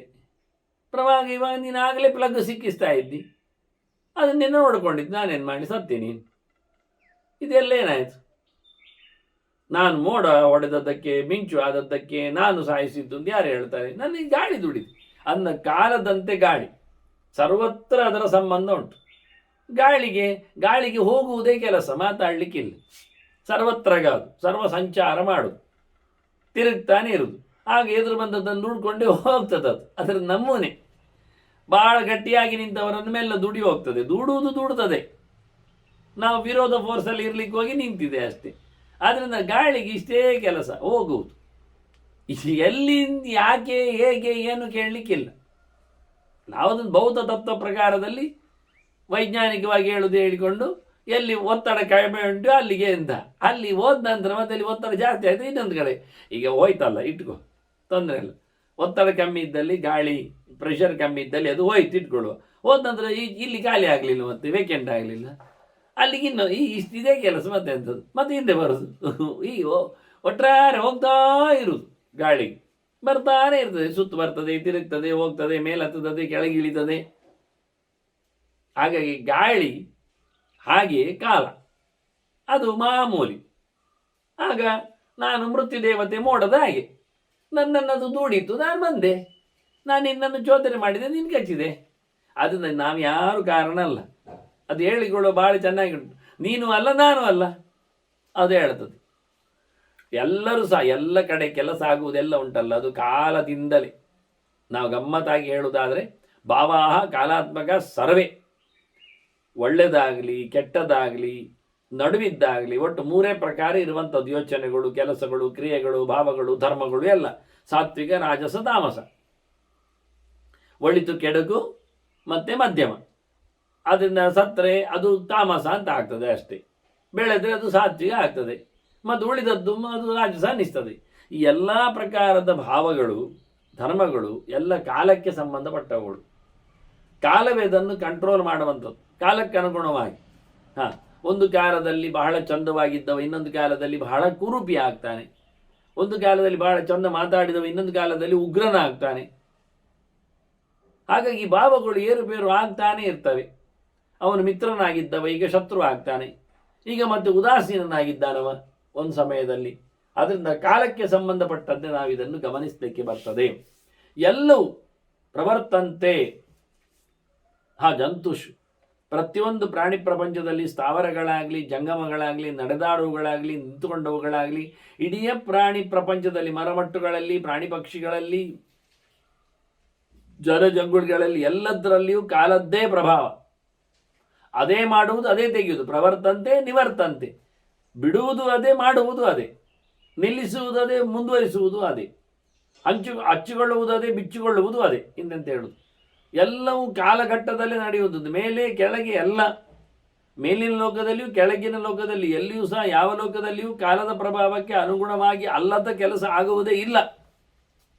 ಅದು ಒಂದು ದೃಷ್ಟಿಯಿಂದ ಸರ್ವಂ ಕಾಲಾತ್ಮಕಂ ಜಗತ್. ಇಡೀ ಜಗತ್ತೇ ಕಾಲಮಯ, ಅದರದ್ದೇ ಕಂಟ್ರೋಲ್, ಅದರದ್ದೇ ಕಾರ್ಬಾರ್, ಅದರದ್ದೇ ಪ್ರಚೋದನೆ, ನಿವೇದನೆ, ಇವೆಲ್ಲವು. ಸರ್ವೇ ಕಾಲೇನ ಸೃಜ್ಯಂತೆ ಮ್ರಿಯಂತೆ ಚ ಪುನಃ ಪುನಃ. ನೋಡಿ, ಟೈಮಿಗೆ ಸರಿಯಾಗಿ ಸೃಷ್ಟಿ ಆಗ್ತದೆ, ಒಂದು ಟೈಮಿಗೆ ಸರಿಯಾಗಿ ಸಾಯ್ತದೆ. ಒಂದು ಕಾಲದಲ್ಲಿ ಅರಳುವುದು, ಒಂದು ಕಾಲದಲ್ಲಿ ತೆರಳುವುದು. ಎಂತ ಹೇಳುವುದು ಇದಕ್ಕೆ? ಕಾಲ ಯಾರು ಬಿಡ್ಲಿಕ್ಕೊಂಡಿದ್ರಲ್ಲಿ? ಯಾರಲ್ಲ, ಎಲ್ಲರೂ ಬರ್ತಾರೆ. ನೀವು ಯಾವ ಜಾತಿಗಳನ್ನು ಕರೀರಿ, ದೇವತೆಗಳನ್ನು ಕರೀರಿ, ಗಂಧರ್ವರನ್ನು ಹೇಳಿರಿ, ಅಸುರರನ್ನು ಇಟ್ಟುಕೊಳ್ಳಿ, ಅಪ್ಸರೆಯರನ್ನು ನನುಗಿಸಿ, ಗಂಧರ್ವರು ಋಷಿಗಳು ಯಾರು ಮಾರಿ ಸರ್ವೇ ಅನ್ನಲ್ಲ, ಎಲ್ಲರದ್ದು, ಎಲ್ಲರೂ ಇಲ್ಲಿದ್ದಾರೆ. ಹಾಗಾಗಿ ಕಾಲವೇ ಕೆಲಸ ಮಾಡಿಸುವುದರಿಂದ ನಾನು ಖಂಡಿತವಾಗಿ ತಪ್ಪುಗಾರ ಅಲ್ಲ, ದೋಷಿ ಅಲ್ಲ. ಕಾಲದ ಮೇಲೆ ನಿಂತಿದೆ, ಡಿಪೆಂಡ್ಸ್ ಆನ್. ನಾನೊಂದೊಮ್ಮೆ ಮೃತ್ಯುದೇವತೆ, ನಾನು ಸಾಯಲಿಕ್ಕೆ ಮರಣಕ್ಕೆ ಮರಣವೇ ಕಾರಣ ಅಂತೇಳಿ ಮರಣ ದೇವತೆ ನನ್ನನ್ನೇ ಒಂದೊಮ್ಮೆ ದೋಷಿ ಮಾಡಿದರೆ ನೀನು ದೋಷಿ ಆಗ್ತಿ. ಹಾವಿಗೆ ಹೇಳ್ತಾನೆ, ನೀನು ಕಚ್ಚಿ ಸತ್ತದಲ್ಲ, ಸಾವು ನಾನು ಬರಲಿಕ್ಕೆ ಕಾರಣ ನೀನು ಕಚ್ಚದೇ ಇದ್ರೆ ಬರ್ತೇನೆ ನಾನು. ಅದನ್ನು ನಾನು ದೋಷಿ ಆದರೆ ನೀನು ದೋಷಿ ಆಗ್ತೀಯ ಹೇಳಿ ಹಾವಿಗೆ ಮೃತ್ಯುದೇವತೆ ಹೇಳ್ತದೆ, ನನ್ನನ್ನು ದೋಷ ಸ್ಥಾನದಲ್ಲಿ ನಿಲ್ಲಿಸಬೇಡ, ನೀನು ದೋಷಿ ಸ್ಥಾನದಲ್ಲಿ ಇಲ್ಲ, ಯಾಕೆಂದರೆ ಕಾಲವೇ ಎಲ್ಲ ಕೆಲಸ ಮಾಡಿಸುವುದು ಅಂತ ಹೇಳಿ ನನ್ನನ್ನು ನೋಡಿ. ಸಾಲು ನಿಂತಿದ್ದಾರೆ, ಎದುರು ನಮ್ಮ ಮುಗ್ಗರಿಸಿ ಬಿದ್ದ. ಬೀಳಿಗೆ ಕಾರಣ ಯಾಕೆ ಕೇಳಿದರೆ ಹಿಂದಿನವ ಅವನ ಮೇಲೆ ಬಿದ್ದದ್ದು. ಹಿಂದಿನ ಹೇಳ್ತಾನೆ, ನಾನು ಯಾಕೆ ಬೀಳ್ತೇನೆ ಮಾರ್ಯ, ನಾನು ನಿಲ್ತಾ ಇದ್ದೆ, ಮತ್ತೆ ನನ್ನ ಮೇಲೆ ಹಿಂದಿನವ ಬಿದ್ದ. ಅವನು ಹೇಳ್ತಾನೆ, ನನಗೆ ಯಾವ ಹಿಂದಿನವ ಬಿದ್ದ? ಸಾಲಲ್ಲಿ ನಿಂತದ್ರಿಂದ ಒಂದು ಬಿದ್ದಾಗ ಇನ್ನೊಂದು ಬಿದ್ದದ್ದು, ಇನ್ನೊಂದು ಬಿದ್ದ, ಇನ್ನೊಂದು ಬಿದ್ದದ್ದು, ಅದು ಒಂದನ್ನೊಂದು ದುಡಿಕೊಂಡು ಬಿದ್ದಿದೆ. ಹೇಳುವ ಮೂಮೆಂಟಲ್ಲಿ ಬಿದ್ದಾಗಿದೆ ಅದು. ಅದನ್ನು ಮೊದಲು ಬಿದ್ದವನ ಮೇಲೆ ನಿಲ್ಲಿ ಕೇಳಬೇಕು, ನಾವೆಂತಾಯ್ತು, ಏನಾಯ್ತು, ಹೇಗಾಯ್ತು ಎಂಥದ್ದು. ಅವ ಹೇಳಿದ, ನಾನು ಬಿದ್ದದ್ದಲ್ಲ, ನಾನು ಕೆಳಗೆ ಬಿದ್ದದ್ದನ್ನು ಹೆಕ್ಕಲಿಕ್ಕೆ ಬಗ್ಗಿದ್ದು. ಬಗ್ಗುವಾಗ ನನ್ನ ಮಣ್ಣೆ ನಿನ್ನ ಬೆನ್ನಿಗೆ ತಾಗಿತು, ನೀನು ಅದನ್ನು ದೂಡಿದ್ದೊಂದು ಯೋಚನೆ ಮಾಡಿ ಎದುರಿನವನ ಮೇಲೆ ಬಿದ್ದೆ. ಅದು ಏನಾಯಿತು, ನಾನು ಖಾಲಿ ಬಗ್ಗುವ ನೆಲೆಯಲ್ಲಿ ನಿನ್ನ ಬೆನ್ನನ್ನು ದೂಡಿದ್ದು ಹೊರತು ನೀನು ಇಡೀ ಮುಗ್ಗರಿಸಿ ಬೀಳಲಿಕ್ಕೆ ಹೋಗಿ ಅದು ಎಲ್ಲ ಮುಂದುವರಿಸಿ ಬಡಕ ಬಿದ್ದಾಗಿದೆ. ಇದೇ ಆಗುವಂಥದ್ದು ವ್ಯವಸ್ಥೆ. ಅಂದ ಕಾರಣ ಯಾರು? ನಾನಂತೂ ಅಲ್ಲ, ನಾನಾದರೆ ನೀನು ಆಗ್ತೀಯ ಹೇಳಿಕೊಟ್ಟಿತ್ತು. ಆಗ ಹಾವು ಹೇಳುತ್ತದೆ, ಎಂತ ಮಾರಾಯ, ನಾನು ನಿನ್ನನ್ನು ದೋಷಿ ಅಂತ ಹೇಳಿದ್ನ? ಹಾವಿಗೆ ಮತ್ತೆ ಪುನಃ ಪೆಟ್ಟು ಸಿಕ್ಕಿತು. ನಾನೊಂದೊಮ್ಮೆ ಕಾರಣ ಆದರೆ, ದೋಷಿ ಆದರೆ, ಪಾಪಿ ಆದರೆ ನೀನು ಆಗ್ತೀಯಾ ಅಂತ ಹೇಳಿದ್ರಿಂದ ಬೇಡನಿಗೆ ಖುಷಿ ಆಗ್ತದೆ. ಆಗ ಬೇಡ ಮೊದಲೇ ಹೊಡಿಲಿಕ್ಕೆ ಕಾಯ್ತಾ ಇದ್ದಾನೆ, ಹೇಗೆ ಹೊಡೆಯುವುದು ಅಂತ. ಕಟ್ಟಿಯಾಗಿ ಬಿಟ್ಟಿದ್ದಾನೆ, ಅದು ಸೊಂಟ ಕುತ್ತಿಗೆ ಎಲ್ಲ ಎಳೆದ್ದು ಕಟ್ಟಿದ್ದಾನೆ. ಅದಕ್ಕೆ ನೋವು ಆಗ್ತಾ ಉಂಟು, ಬೇರೆ ಉಸಿರಾಡಲಿ ಸಮ ಆಗ್ತಾ ಇಲ್ಲ, ಅದು ಕಷ್ಟ ಆಗ್ತಾ ಇದೆ ಮತ್ತೆ ಹಾವಿಗೆ. ಈಗ ಉಳಿದವರನ್ನೆಲ್ಲ ಕಟ್ಟುವುದು ಭಾರಿ ಕಷ್ಟ, ಯಾಕೆಂದರೆ ಕೈ ಕಾಲುಗಳೆಲ್ಲ ಆಚೆ ಈಚೆ ಎಲ್ಲ ಎಳಿತದೆ, ಸಿಕ್ಕಾಕೊಳ್ತದೆ, ಮತ್ತೆ ಆ ಸಡಿಲು ಮಾಡಲಿಕ್ಕೆ ಕಾರಣ ಆಗ್ತದೆ. ಹಾವನ್ನು ಕಟ್ಟುವುದು ಭಾರಿ ಸುಲಭ, ಅದಕ್ಕೆ ಎಂಥದ್ದು ಇಲ್ಲ, ಕೈ ಕಾಲುಗಳೆಲ್ಲ ಇಲ್ಲ. ಅದಕ್ಕೆ ಸೈ ಸೈ ಸೈ ಸೈ ಸೈ ಸೈ ಅಂತ ಅದಕ್ಕೆ ರೌಂಡ್ ಅಪ್ ಮಾಡಿದರೆ ಆಯಿತು, ಅಲ್ಲಿ ಕಟ್ಟಿಯಾಗಿ ಆಯ್ತು. ಅದನ್ನು ಬಿಚ್ಚಿಕೊಳ್ಳಿಕ್ಕೆ ಆಗುವುದೇ ಇಲ್ಲ, ಅದಕ್ಕೆ ಭಾರಿ ಕಷ್ಟ ಅಂದರೆ. ಆದರೆ ನಾನು ತಪ್ಪುಗಾರನಾದರೆ, ನೀನು ತಪ್ಪುಗಾರ ಅಂತ ಹೇಳುವಾಗ ಮೃತ್ಯುದೇವತೆ ಹಾವಿಗೆ ಸಂಕಟ ಆಯಿತು. ಮತ್ತೆ ಪುನಃ ಬೇಟೆಗಾರ ಸಡಿಲ್ ಮಾಡಲಿಕ್ಕೆ ಬಿಡೋದು ಬಿಟ್ಟು ಮತ್ತೆ ಟೈಟ್ ಮಾಡ್ತಾ ಇದ್ದಾನೆ ಅಂತೇಳಿ, ನಾನೀಗ ಹೇಳಿದ್ದ ನಿನ್ನನ್ನು ದೋಷಿ ಅಂತ, ನಾನು ನನಗೆ ಪ್ರಚೋದನೆ ಮಾಡಿದ್ದು ನೀನು, ಇಷ್ಟೇ ಹೇಳಿದ್ದು ನಾನು. ನಿರ್ದೋಷಂ ದೋಷವಂತಂ ವ ಅನತ್ವಂ ಮೃತ್ಯೋ ಬ್ರವೀಮ್ಯಹಂ. ನೀನು ತಪ್ಪುಗಾರ ಅಲ್ಲ ಅನ್ನುವ ಬಗ್ಗೆ ನಾನು ಮಾತನ್ನು ಆಡಲಿಲ್ಲ. ನನಗೆ ಅದು ಮಾತಾಡಲಿಕ್ಕೆ ಬರುವುದಿಲ್ಲ. ನಾನು ಹಾಗೆ ಹೇಳಿದ್ದಲ್ಲ. ನಾನು ಹೇಳಿದ್ದೇನು, ತ್ವಯಾಹಂ ಚೋದಿತ ಇದಿ ಬ್ರವೀಮಿ ಯಥಾವದೇವತ್ತು. ನನ್ನನ್ನು ನೀನು ಪ್ರಚೋದನೆ ಮಾಡಿದ್ದು, ಇಷ್ಟೇ ನಾನು ಹೇಳ್ತಾ ಇರೋದು. ನಾನು ಸ್ವತಂತ್ರ ಅಲ್ಲ, ನಾನು ಅವಶ, ನಾನು ವಿವಶ, ನಾನು ಕಚ್ಚಿದ್ರು ಸಾಯಲಿಕ್ಕೆ ಕಾರಣ ನಾನು ಅಲ್ಲ, ನನ್ನನ್ನು ಪ್ರಚೋದನೆ ಮಾಡಿದ್ದಾರೆ, ಇಷ್ಟೇ. ನನಗೆ ಮೃತ್ಯುದೇವತೆಯ ಚೋದನೆ, ಪ್ರೇರಣೆ, ಫೋರ್ಸು ಆಯಿತು, ಕೆಲಸ ಅಷ್ಟೇ. ನಾನು ಇಷ್ಟೇ ಹೇಳಿದ್ದು. ನಾನು ಮೃತ್ಯುದೇವತೆ ನನ್ನನ್ನು ಮಾಡಿದ್ರಿಂದ ಮೃತ್ಯುದೇವತೆ ಪಾಪಿ ಹೇಳಿಕೊಂಡ, ನಾನು ಹೇಳಲಿಲ್ಲ. ನನಗೆ ಅಷ್ಟೆಲ್ಲ ಆಗುವುದಿಲ್ಲ ಹೇಳಲಿಕ್ಕೆ, ನನಗೆಲ್ಲ ಬರುವುದಿಲ್ಲ.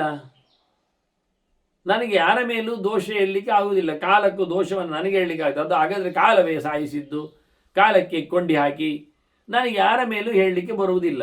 ನಾನು ಹೇಳಿದ್ದು ನೀನು ನನ್ನ ಚೋದಕ, ಇಷ್ಟು ಬಿಟ್ಟರೆ ನಿನಗೆ ಯಾರು ಚೋದಕ, ಅದನ್ನು ಯಾರು ಚೋದಕ ಕೇಳ್ತಾ ಬರಲಿಲ್ಲ. ನನಗೆ ಯಾರು ಕೊಟ್ಟದ್ದು ಹೇಳಿದ್ದು ಅನ್ನುವುದಿಷ್ಟೇ ನನಗೆ ಮುಖ್ಯ ಇಲ್ಲಿ ವಿಷಯ. ನನಗೆ ಸಿಕ್ಕಿದ ಕಚ್ಚಲಿಕ್ಕೆ ಪ್ರೇರಣೆ ಅದು ನಿನ್ನಿಂದ ಎನ್ನುವುದಷ್ಟೇ ನಾನು ಹೇಳಿದ್ದೇನೆ.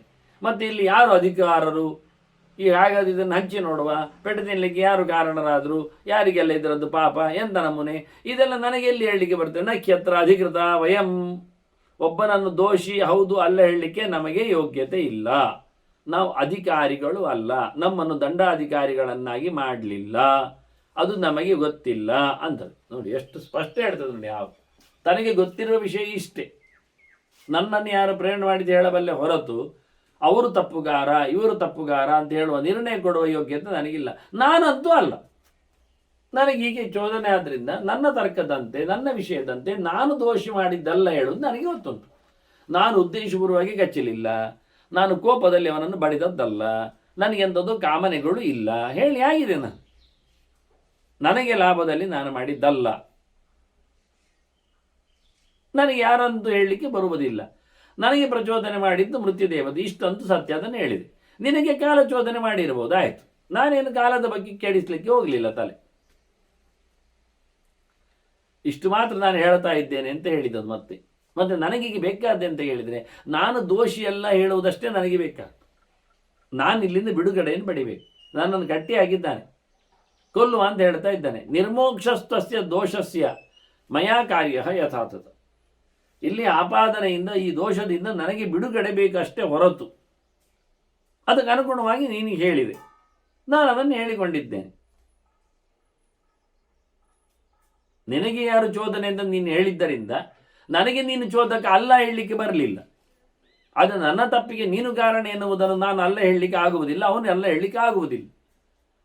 ನನಗೆ ನನ್ನ ಪ್ರಯೋಜನ ಏನು, ನನಗೆ ಇಲ್ಲಿಂದ ದೋಷದಿಂದ ಬಿಡುಗಡೆ ನನಗೆ ಆಗಬೇಕು, ಇಷ್ಟನ್ನೇ ಹೇಳುತ್ತೇನೆ ಅಂತ ಹೇಳ್ತದೆ. ಹೀಗೆ ಕೇಳುವಾಗ ಮೃತ್ಯುವಿನ ಮಾತಿನ ಬಗ್ಗೆ ಹಾವು ಹೇಳುತ್ತದೆ. ಕೇಳಿದ್ದೇ ಬೇಡ, ಅರ್ಥ ಆಯ್ತಾ ನಿನಗೆ? ಶುದಂತೆ ಮೃತ್ಯು ಭಾಷಿತಂ, ಮೃತ್ಯುದೇವತೆ ಹೇಳಿದ್ದು ಕೇಳಿತಲ್ಲ. ಚೋದನೆ ಮಾಡಿದ್ದು ನನಗೆ ಕಾಲ, ಹಾಗಾಗಿ ನಾನು ಅಲ್ಲ ದೋಷಿ, ನೀನು ಅಲ್ಲ ಅಂತ ಹೇಳಿದ್ದು. ಸರ್ಪವೂ ಅಲ್ಲ ಅಂತ ಹೇಳಿದೆ ಅಲ್ವಾ? ನಾನು ಮೃತ್ಯುದೇವತೆ ಹೆಸರು ಹೇಳಿದ್ದಕ್ಕೆ ಮೃತ್ಯುದೇವತೆ ಏನು ಬಂದು ಹೇಳಿತು ನನಗೀಗ? ನಾನು ದೋಷಿ ಅಲ್ಲ, ನೀನು ನನಗೆ ಹೇಳಿದ ಹಾಗೆ, ಮತ್ತು ನೀನು ದೋಷಿ ಅಲ್ಲ, ಅದು ಕಾಲದ ಪ್ರೇರಣೆ ಅಂತ. ನಿನಗೆ ಕೇಳಿತ, ನಿನಗೆ ಕೇಳಬೇಕಾದ್ದೇನು? ನಾನು ದೋಷಿ ಅಲ್ಲ ಎನ್ನುವುದು. ನಾನಾಗಸಂ ಮಾಂ ಪಾಶೇನ ಸಂತಾಪಯಿತು ಅರ್ಹಸಿ. ಹಾಗಾಗಿ ನನ್ನನ್ನು ನೀನು ಹಗ್ಗದಲ್ಲಿ ಕಟ್ಟಿಯಾಗಿ ಹೊಡಿಲಿಕ್ಕೆ ಹೊರಡುವುದು ಬೇಡ, ನನ್ನ ಬಿಡುಗಡೆ ಮಾಡು. ನಿನಗೆ ಅರ್ಥ ಆಯ್ತಲ್ಲ ಮೃತ್ಯುದೇವತೆ ಮಾತು? ನಾನಲ್ಲ ಅಂತದ್ದು ಹೇಳಿದೆಯಲ್ಲ, ಮಾಡಿಕೊ ಆ ಕೆಲಸ ಅಂತ. ಆಗ ಬೇಟೆಗಾರ ಹೇಳುತ್ತಾನೆ, ಮಾತು ಕೇಳಿತು ನನಗೆ, ಎಲ್ಲ ಹೇಳಿದ್ದು ಗೊತ್ತಾಯಿತು. ಈಗ ಇನ್ನೊಬ್ಬ ಸಿಕ್ಕಿ ಬಿದ್ದ. ಹೇಗೆ? ನೀನು ಕಚ್ಚಿ ಸಾಯಿಸಿದ್ದು, ಅವನು ನಿನ್ನ ಹತ್ರ ಹೇಳಿಸಿ ಸಾಯಿಸಿದ್ದು. ಎಂತ ಭಯಾನಕವ! ಮೃತ್ಯು ತ್ವಂಚೈವ ಹೇತುರ್ಹಿ ಬಾಲಸ್ಯಾಸ್ಯ ವಿನಾಶನಿ. ಮಗು ಸಾಯುವುದರಲ್ಲಿ ಇಬ್ಬರಿದ್ದಾರೆ. ನೀನು ಕಚ್ಚುವ ಮೂಲಕ, ಅವ ಮರಣಗೊಳಿಸುವ ಮೂಲಕ. ಸಾವು ಬರುವುದು ಅವ ಬಂದಾಗ, ಇಲ್ಲ ಅದು ಬರುವುದಿಲ್ಲ. ನೀನು ಎಷ್ಟು ಸರ್ತಿ ಕಚ್ಚಿದ್ರು ಕೆಲವು ಸಾಯುತ್ತಿಲ್ಲ, ಹೇಳಿದ್ದೇನೆ ನೀನೆ. ಸತ್ತವರೆಲ್ಲ ಕಚ್ಚಿದವರು ಪಟ್ಟವರಲ್ಲ, ಕಚ್ಚಿದವರು ಪಟ್ಟವರೆಲ್ಲ ಸತ್ತದ್ದಿಲ್ಲ ಹೇಳಿದ್ದಿಲ್ಲ ನೀನು. ಹಾಗಾಗಿ ನೋಡಿ ಇಲ್ಲಿ ನೀನು ಸಾವು ಬರದೆ ಅವನು ನೀನು ಕಚ್ಚಿದ್ರು ಆಗ್ತದ. ಅದರಿಂದ ನೀನು ಕಚ್ಚುವುದರೊಂದಿಗೆ ಈ ಮೃತ್ಯುದೇವತೆ ಆಕ್ರಮಣ ಸಮ ಆಯ್ತಲ್ಲ. ಈಗ ಇಬ್ರು ಕಾರಣರು ಸಾಯಿಸ್ಲಿಕ್ಕೆ. ಆಗ ನೀನು ಇಲ್ಲ ಆಗಲಿಲ್ಲ, ಈಗ ಅವನೊಬ್ಬ ಸೇರ್ಪಡೆಗೊಂಡ. ಈಗ ಅದು ಮತ್ತೆ ವಿಷಯ, ಸೇರಿದ್ದಂತ ಸತ್ಯ. ಹೆಸಿಗೇವ ನಾನು ಮತ್ತೆಂತ ಹೇಳುದವನಿಗೆ ದಿಕ್ ಮೃತ್ಯುಂಚ ದುರಾತ್ಮಾನಂ ಕ್ರೂರಂ ದುಃಖಕರಂ ಸತ. ಭಯಾನಕ ಮರಣ ಅಂದರೆ ಅದಕ್ಕೆ ಧಿಕ್ಕಾರ, ಮರಣಕ್ಕೆ ಧಿಕ್ಕಾರ, ಮರಣಕ್ಕೆ ಧಿಕ್ಕಾರ. ಹೌದು, ಹೆಣಗಳನ್ನೆಲ್ಲ ನಿಲ್ಲಿಸಿ ಹೇಳಿಸಬೇಕು. ಅದಾಗೋದಿಲ್ಲ ನಿಮ್ಮಿಂದ. ಬದುಕಿದ್ದವ್ರು ಕೂಗುವುದು ಮೃತ್ಯುವಿಗೆ ಧಿಕ್ಕಾರ, ಮರಣಕ್ಕೆ ಧಿಕ್ಕಾರ ಅಂತ. ಸತ್ತವರು ಕೂಗ್ಲಿ ನೋಡುವ. ಅದರಲ್ಲಿಯೂ ಗಮ್ಮತ್ತು ಅಂದರೆ ಬೇಕಾಗಿ ಸತ್ತವರು ಬರಲಿ. ಈಗ ತಾವಾಗಿ ಕೆಲವರು ಸಾಯ್ತಾರಲ್ಲ, ಅವರು ಮರಣಕ್ಕೆ ಧಿಕ್ಕಾರ ಹೇಳಿ ನೋಡುವ. ಅದಾಗುವುದಿಲ್ಲ. ಎಷ್ಟೋ ಜನ ಸಾಯುವ ಮುಂಚೆ ಹುಡುಕ್ತಾರೆ ಮರಣ ಹೇಗೆ ತೆಗೆಯುವುದು ಅಂತ. ನೋಡಿ, ಸರ್ಚ್ ಮಾಡ್ತಾರೆ ಅವರು. ಬೇಗ ಸಾಯುವುದು ಹೇಗೆ, ಸುಲಭ ಸಾಯುವುದು ಎಂಥದ್ದು, ಎಲ್ಲಿ ಸಾಯುವುದು ಒಳಿತು, ಅವರಿಗೆಲ್ಲದೆಲ್ಲ ಹುಡುಕ್ಲಿಕ್ಕೆ ಉಂಟು. ಎಂಡ್ ಪಾಯಿಂಟ್ ಎಲ್ಲ ನೋಡಲಿಕ್ಕೆ ಎಲ್ಲ ಬರ್ತದೆ ಹೋಗುವುದು. ಹಾಗೆ ಹೆಚ್ಚಿನವರು ಸತ್ತವರು, ತಾವಾಗಿ ಸತ್ತುಕೊಳ್ಳಿಕ್ಕೆ ಹೋದವರು, ಅವರು ಕ್ರಮ ಪ್ರಕಾರ ಸರ್ಚ್ ಮಾಡಿರ್ತಾರೆ. ಹಾಗಾಗಿ ಮರಣಕ್ಕೆ ಧಿಕ್ಕಾರ ಎಲ್ಲಿ ಹೇಳಿ, ಯಾರು ಹೇಳಬೇಕು, ಹೇಗೆ ಹೇಳಬೇಕು? ಸಾಯ್ಲಿಕ್ಕೆ ಹೊರಟವಂತ ಹೇಳುವುದೇ ಇಲ್ಲ ಮರಣಕ್ಕೆ ಧಿಕ್ಕಾರ ಅಂತ. ಇನ್ನು ಕೆಲವು ರೋಗಿಗಳು ಹೇಳಲಿಕ್ಕೆ ಹೋಗುವುದಿಲ್ಲ, ಅವರಿಗೆ ಸಂಕಟ ಆಗ್ತಾ ಇರ್ತದೆ ಬಾಡಿಯಲ್ಲಿ. ಆದರೆ ಒಂದು ಸತ್ತರೆ ಒಳ್ಳೆದು ಮಾರೆ ಬೇಗ ಅಂತಾರೆ ಅವರು. ಎಂತ ಮಾಡುವ ಈಗ? ಇವತ್ತು ಒಬ್ಬ ಹೇಳಿದ ಬೇಟೆಗಾರ, ಧೈಕ್ ವೃತ್ತಿಂಚ ದುರಾತ್ಮಾನಂ, ಭಾರಿ ಕೆಟ್ಟವವ, ಮನುಷ್ಯರ ಮೇಲೆ ಅವನಿಗೆ ಆಗ್ರಹ, ಕ್ರೂರ. ಅಷ್ಟೇ ಅಲ್ಲದೆ ಸತಾಂ ದುಃಖಕರಂ, ಒಳ್ಳೆಯವರಿಗೆ ಭಾರಿ ಸಂಕಟ ಕೊಡ್ತಾನವ. ಸಜ್ಜನರು ಬಹಳ ಕಾಲ ಬದುಕಬೇಕು ಬೇರೆ, ಉಳಿದ ಈಗ ಸತ್ತವ ಹಾಳಿನವನಾದರೂ ಅವನು ಕೆಲವರಿಗೆ ಬೇಕಾಗ್ತದೆ. ಆ ಬದುಕಿದವರು ಸಜ್ಜನರಿರ್ತಾರೆ, ಅವರಿಗಾಗಿ ಅವನು ಇರಬೇಕಾಗ್ತದೆ. ಯಾಕೆ ಹೇಳಿದರೆ ಅವನು ಎಷ್ಟೋ ಜನರದ್ದು ದುಡ್ಡು ನುಂಗಿ ಹೋಗಿದ್ದಾನೆ, ಬಾಕಿ ಇಟ್ಟುಕೊಂಡಿದ್ದಾನೆ. ಹಾಗಾಗಿ ಅದನ್ನು ಪಡಿಬೇಕಲ್ಲ ಅವರು. ಅದರಿಂದ ಅಯ್ಯ ಮಾರೇಶ ಬದುಕಿದ್ರು ಸ್ವಲ್ಪ ಸಮಯದಲ್ಲಿ ಸಂಪಾದನೆ ಮಾಡಿ ಕೊಡ್ತಿದ್ದ ಕಾಣ್ತದೆ ಹೇಳ್ತಾರೆ ಅವರು. ಹಾಗಾಗಿ ಒಳಿತಿನವರಿಗೆ, ಒಳ್ಳೆಯವರಿಗೆ ಅವನು ಅತ್ಯಂತ ಸಂಕಟ ಕೊಟ್ಟಿದ್ದಾನೆ. ಅವ ಹೇಸಿಗೆ ಅವನಿಗೆ ಧಿಕ್ಕಾರ, ನಿನ್ನನ್ನಂತೂ ಬಿಡುವುದಿಲ್ಲ. ತ್ವಾಂಚೈವಾಹ ಮನುಷ್ಯ, ನೀನಂತೂ ಕಚ್ಚಿ ಸತ್ತದ್ದಾದ್ರಿಂದ ನೀನಲ್ಲಿ ಸಿಕ್ಕಿಬಿದ್ದೆ. ನಿನಗೆ ಮೃತ್ಯುದೇವತೆ ಚೋದನೆ ಮಾಡಿದ್ದು ಸತ್ಯವೇ, ಮರಣ ಬಂದದ್ದಲ್ಲಿ ಸತ್ಯ. ಅವನು ಕೆಟ್ಟವ, ನೀಚವ ಎಲ್ಲರಿಗಿಂತ. ನೀನನ್ನು ಕೊಲ್ತೇನೆ ಅಂತ ಮತ್ತೆ ಹೇಳಿದ್ದಾನೆ. ಆಗ ಮತ್ತೆ ಮೃತ್ಯುದೇವತೆ ಮಾತಾಡ್ತಾನೆ. ಮೃತ್ಯುದೇವತೆ ಬಗ್ಗೆ ನಾವು ಹಿಂದೆ ನೋಡಿದ್ದೇವಲ್ಲ, ಪಿಕ್ಚರು, ಚಿತ್ರ ಬಂದ ಕತೆ ಹೇಗೆ, ಅದು ಚತುರ್ಮುಖನಿಂದ ಸೃಷ್ಟಿಯಾದ ಯಾವ ನಮೂನೆಯಲ್ಲೇ, ಅದರಲ್ಲಿ ಗಂಡು ಉಂಟು ಹೆಣ್ಣು ಉಂಟು ಅಂತೆಲ್ಲ ಹೇಳಿಕೊಂಡದ್ದೆಲ್ಲ ನಾವು ಕತೆ ಕರೆದಿದ್ದೇವೆ, ನೆನಪಿರಬೇಕು ನಿಮಗೆ. ಹಾಗಾಗಿ ಅವನು ಹೇಳ್ತಾನೆ, ಅವಳು ಹೇಳ್ತಾಳೆ, ಎರಡಾದರೂ ಒಂದೇ ಅಂತ. ನಾವು ಯಾರು ಅಲ್ಲ ಮಾರ ಹೇಳಿದ್ದಲ್ಲ. ವಿವಶವು ಕಾಲವಶಗವು ಆವಾಂ ನಿರ್ದಿಷ್ಟ ಕಾರಿಣವು. ನಾವು ಹೇಳಿದಾಗೆ ಮಾಡುವವರಲ್ಲೋ ನಾವಿಬ್ರು. ಕಾಲ ಹೇಳಿದಾಗೆ ಕೇಳುವುದು. ಕಾಲ ಹೇಳ್ತದೆ ಸಾಯ್ಬೇಕು ಅಂತ ಮಗು, ಕಾಲ ಹೇಳ್ತದೆ ಹಾವು ಕಚ್ಚಿ ಸಾಯ್ಬೇಕು ಅಂತ. ಎರಡರದ್ದು ನಿರ್ದೇಶ ಅದರದ್ದೇ. ನಾವು ಹೇಳಿದಾಗೆ ಮಾಡಬೇಕು. ಸಾಯ್ತದೆ ಎಂದಾಗ ನಾನು ಬರ್ತೇನೆ, ಹೇಗೆ ಅಂತ ಹೇಳಿದ್ರೆ ಅದು ಬರ್ತದೆ. ಹಾವಿನಿಂದ ಹಾವು ಬರ್ತದೆ, ಬೆಂಕಿಯಿಂದಾಗ ಬೆಂಕಿ ಬರ್ತದೆ, ನೀರಿನಿಂದಾಗ ನೀರು ಬರ್ತದೆ, ನೆಲದಿಂದಾಗ ನೆಲ ಬರ್ತದೆ. ನೆಲ ಅಂದರೆ ಬೆಟ್ಟದಿಂದ ಬೀಳುವುದು ಅಂತ, ಅದು ನೆಲ ಕುಸಿಯುವುದು ಅಂತ, ಜಾರಿ ಬೀಳುವುದು ಅಂತ, ಎಲ್ಲ ಅರ್ಥದಲ್ಲಿ ಉಂಟು. ಹಾಗಾಗಿ ನಾವು ಹೇಳಿದ್ದನ್ನು ಮಾಡುವವರಷ್ಟೇ ಹೊರತು ನಾವಿಬ್ಬರು ಎಲ್ಲ ಕಡೆಯಲ್ಲಿ ಪ್ರತ್ಯಕ್ಷ ಆಗ್ತೇವೆ ಸಾವಿನಲ್ಲಿ. ನಾವಿಬ್ಬರು ಅಂದರೆ ಹಾವು ಅಂತಲ್ಲ, ಕಾರಣವಾದ ಯಾವುದೋ ಒಂದು ಅಂದ ತಕ್ಷಣ ಕೆಲವರು ಮಾತ್ರೆ ತಿಂದು ಸಾಯ್ತಾರೆ. ಹಾಗೆ ಹೇಳ್ತಾರೆ ವೈದ್ಯರು, ಅವರಿಗೆ ಸ್ವಲ್ಪ ಜಾಸ್ತಿ ಆಯಿತು ಮಾತ್ರೆ, ಡೋಸೇಜ್ ಹೆಚ್ಚಾಗಿ ಸತ್ತದ್ದು ಅಂತಾರೆ. ಎಂತ ಮಾಡುವ ಈಗ? ಕೆಲವರು ಕುಡಿದು ಸಾಯ್ತಾರೆ, ಅವ ಜಾಸ್ತಿ ಕುಡಿದಿದ್ದಾನೆ ಅಂತ ಹೇಳ್ತಾರೆ ಅವನಿಗೆ. ಎಂತ ಮಾಡುವ ಈಗ? ಅದನ್ನು ನೀವು ಹೇಳ್ತಾನೆ, ನಾವು ವಿವಶರು, ನಾವು ದೇವರು ಹೇಳಿದಾಗೆ ಕೇಳುವವರು. ಸಂಹಾರಕಾರಕ ಭಗವಂತ ಅವನ ಪಕ್ಕದಲ್ಲಿ ಉಂಟು. ಕಾಲ ಅಂದರೆ ಅವನೇ, ಕಾಲೋಸ್ಮಿ ಲೋಕ ಕ್ಷೇತ್ರ ಪ್ರವೃತ್ತ ಅಂತ ಟೈಮ್ ಅವನೇ. ಕಾಲಸ್ವರೂಪನಾದ ಭಗವಂತನಲ್ಲಿ ನಾವು ವಶರಾದ್ದರಿಂದ, ಅವರು ಹೇಳಿದ ಕೇಳೋದ್ರಿಂದ ನಾವು ದೋಷಿಗಳಲ್ಲ. ಮೃತ್ಯುದೇವತೆ ಮತ್ತೆ ಹೇಳ್ತದೆ, ನಮಗೆ ದೋಷಗಳು ಇಲ್ಲ, ನಾವು ತಪ್ಪುಗಾರರು ಅಲ್ಲ, ನಾವು ಪಾಪಿಗಳೆಲ್ಲ, ಕೊಂದದ್ದು ನಾವಲ್ಲ. ನೋಡಿ, ಹೆಣ ಉಂಟು, ಸತ್ತಿದೆ, ಯಾರು ಕೊಂದದ್ದು ಎನ್ನುವುದು ಎಷ್ಟು ಕಷ್ಟ ಆಗ್ತಾ ಉಂಟು ನೋಡಿ. ಅದೇ ಭೀಷ್ಮರು ಹೇಳುದು, ಇಲ್ಲೆಲ್ಲ ಹೆಣ ಬಿದ್ದಿದೆ ಸರಿ, ದುರ್ಯೋಧನ ಧರ್ಮರಾಜ ಹೇಳ್ತಾನೆ ನಾನು ಅಂತ, ನೀನಲ್ಲ ಎನ್ನುವುದು ಭೀಷ್ಮರಿಗೆ ಪ್ರೂವ್ ಮಾಡಬೇಕು. ಒಳ್ಳೆ ವಕಾಲತ್ತು ಮಾರ್ಯಾರೆ, ಭಾರಿ ಚೆನ್ನಾಗಿಂಟು. ಈ ಕಥೆಯನ್ನು ನಿರಂತರವಾಗಿ ಕೋರ್ಟಿನಲ್ಲಿ ಕೇಳಿಸಬೇಕು, ಆಗ ಪ್ರತಿಯೊಬ್ಬರಿಗೂ ಮೋಕ್ಷ ಸಿಗ್ತದೆ. ಹೇಗೆ ನೋಡಿ, ಕಡೆ ನೋಡಿ ಹೇಗಿರ್ತದೆ ಅಂತ. ಈಗ ಒಬ್ಬ ಕೊಲೆಗಾರ ಬಂದು ನೀನು ಕೊಲೆ ಮಾಡಿದೆ ಹೇಳಿದರೆ, ಇಲ್ಲ ಬಾ ಅಂತಾನೆ. ನನಗೆ ಅವರು ಹೇಳಿದ್ದು, ಸರಿ ಅವರನ್ನು ಕರೆಯುವುದು, ಅವರು ಹೇಳ್ತಾರೆ ನಾನಲ್ಲ ಬಾ, ಅದು ಮರಣ ಚೋದನೆ ಮಾಡಿತು, ಕಾಲ ಚೋದನೆ ಮಾಡಿತು, ಕಾಲಕ್ಕೆ ಸರಿಯಾಗಿ. ಮತ್ತೀಗ ಕಾಲ ಬರುವುದು ಬೇಡ, ಹಾಗಾದರೆ ಕಾಲನ ಕರೆದ್ರೆ ನೋಡುವ, ಇನ್ನು ಕತೆ ಮುಗಿಲಿಲ್ಲಲ್ಲ. ಈಗ ಹೇಳ್ತಾ ಇದ್ದಾನಲ್ಲ ಮೃತ್ಯುದೇವತೆ ನಾವಲ್ಲ ಅಂತ. ಆಗ ಬೇಟೆಗಾರ ಕೇಳ್ತಾನೆ, ಹಾಗಾದರೆ ಒಬ್ಬನಿಗೆ ಖುಷಿ ಆಗ್ತದೆ, ಒಬ್ಬನಿಗೆ ಕೋಪ ಬರ್ತದೆ, ಒಬ್ಬ ಅಳ್ಳಿಕೆ ನೋಡ್ತಾನೆ, ಒಬ್ಬ ನೆಗಾಡ್ಲಿಕ್ಕೆ ಇರ್ತಾನೆ. ಇದೆಲ್ಲ ಹೇಗೆ, ಎಂಥದ್ದು, ಎಲ್ಲಿಂದ? ಹರ್ಷ ಕ್ರೋಧೋ ಯಥಾ ಸ್ಯಾತಾಂ. ಸತ್ತಾಗ ಅಳು ಬರ್ತದೆ, ಹುಟ್ಟಿದಾಗ ಖುಷಿ ಆಗ್ತದೆ, ನಗು ಬರ್ತದೆ. ಇದೆಲ್ಲ ಎಂತ ಹೇಳುದು, ನೀನು ಹೇಗೆ ಹೇಳುದು? ಮನುಷ್ಯರಲ್ಲಿ ಬದಲಾವಣೆಗಳು ಕಾಣುವಾಗ ಕೇಳಿದ್ದಲ್ಲ ಮಾರಾಯ. ಒಮ್ಮೆ ದೇವತೆ ಹೇಳ್ತಾನೆ, ನಿಂಗೆ ಹೇಳಿದ್ದಲ್ಲ. ಆಗ ಭವಂತಿ ಭಾವ ಭೂತಾನ ಹೇಳಿಕೊಂಡು ಎಲ್ಲ ಯೋಚನೆಗಳು, ಬಗೆಗಳು, ಧರ್ಮಗಳು, ವಿಕಾರಗಳು ಎಲ್ಲವೂ ಸಹ ಯಾವುದೇ ಪ್ರಕಾರದ್ದಾಗಲಿ ಅದು ಆಗುವಂಥದ್ದು ಕಾಲದಲ್ಲಿಯೇ. ಸರ್ವಂ ಕಾಲಾತ್ಮಕಂ ಹೇಳಲಿಲ್ವ? ಎಲ್ಲವೂ ಕಾಲದ್ದೇ ಕತೆ. ಆದ್ರಿಂದ ನಾವ್ಯಾರು ದೋಷಿಗಳು ಅಲ್ಲ, ಕಾಲವೇ ಎಲ್ಲ ಮಾಡಿತ್ತು. ಇಷ್ಟು ಕಾಲದ ಮೇಲೆಯೇ ಅವರು ಕಥೆಯನ್ನು ಎಳೆದು ಹಾಕಿದಾಗ ಕಾಲನೇ ಬಂದ. ಇಲ್ಲಿ ಕಾಲವು ನಾವು ಹಿಂದೆ ನೋಡಿದ್ದೇವೆ. ನಾನಾಗ ಕಾಲ ಶಬ್ದಕ್ಕೆ ಭಗವಂತ ಅಂತ ಅರ್ಥ ಹೇಳಿ, ಕಾಲೋಸ್ಮಿ ಲೋಕಕ್ಷಯಕೃತ್ ಅಂತ ಹೇಳಿ ಸಂಹಾರ ಕಾಲ ಅಂತ ತೋರಿಸಿಕೊಟ್ಟೆ, ಅದು ವಿನಾಶ ಕಾಲ ಅಂತ ಅರ್ಥ ಮಾಡಲಿಕ್ಕೆ ಆಗ್ತದೆ ಅಂತ.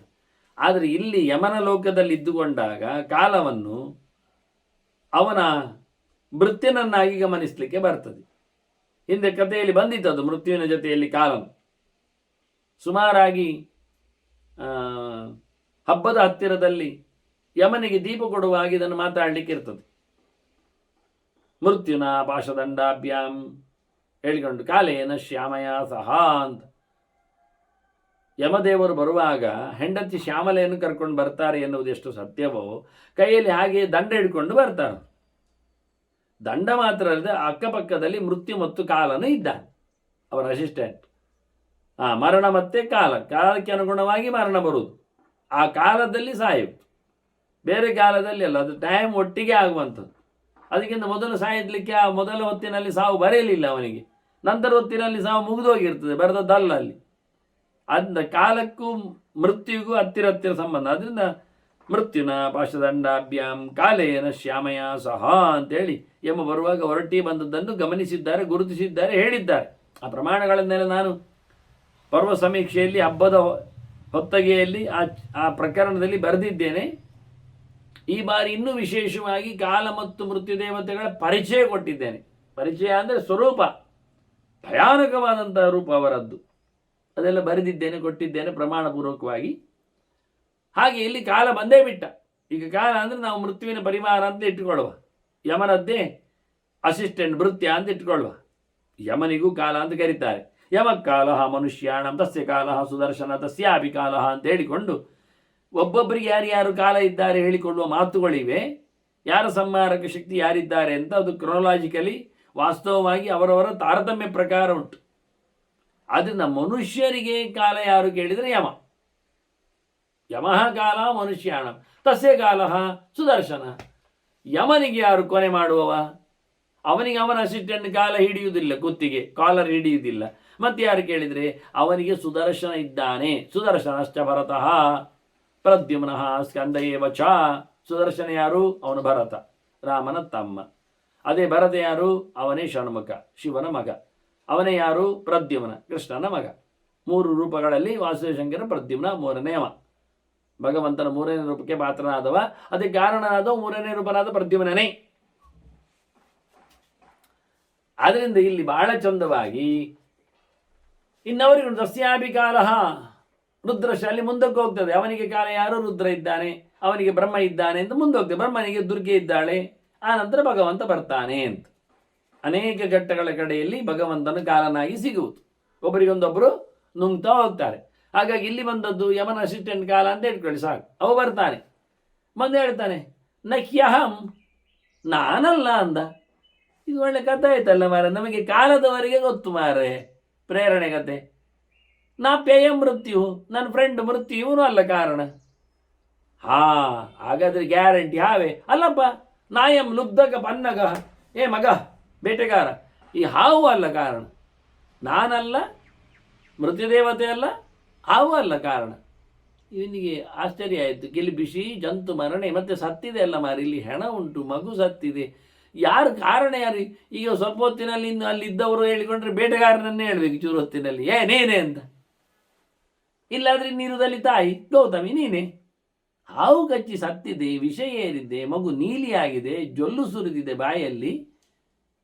ಗೌತಮಿ ಕಾರಣ ಹೇಳುದು ಹೇಗೆ? ಬೇಟೆಗಾರ ಹೇಳಲಿಕ್ಕೆ ಹೇಗೆ?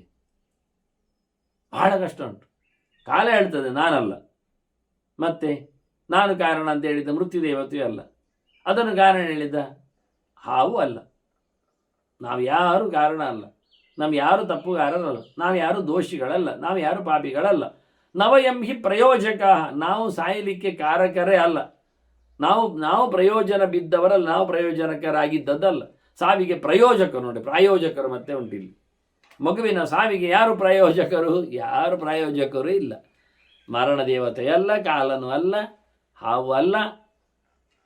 ಮತ್ತು ಉತ್ತರ ಬೇಕಲ್ಲ ಇಲ್ಲಿ ಬೇಟೆಗಾರನಿಗೆ. ಹಾಗೆ ಹೇಳುತ್ತದೆ ಕಾಲ, ಹೇಳುತ್ತದೆ ಅಕರೋದ್ ಯದಯಂ ಕರ್ಮ ತನ್ನೋ ಅರ್ಜುನಕ ಚೋದಕ. ನಮಗೆ ಪ್ರಚೋದನೆ ಮಾಡಲಿಕ್ಕೆ ಕಾರಣ ಯಾವುದು ಕೇಳಿದರೆ ಅವನು ಮಾಡಿದ ಕರ್ಮ, ಮಿಯರ್ ಆಕ್ಷನ್.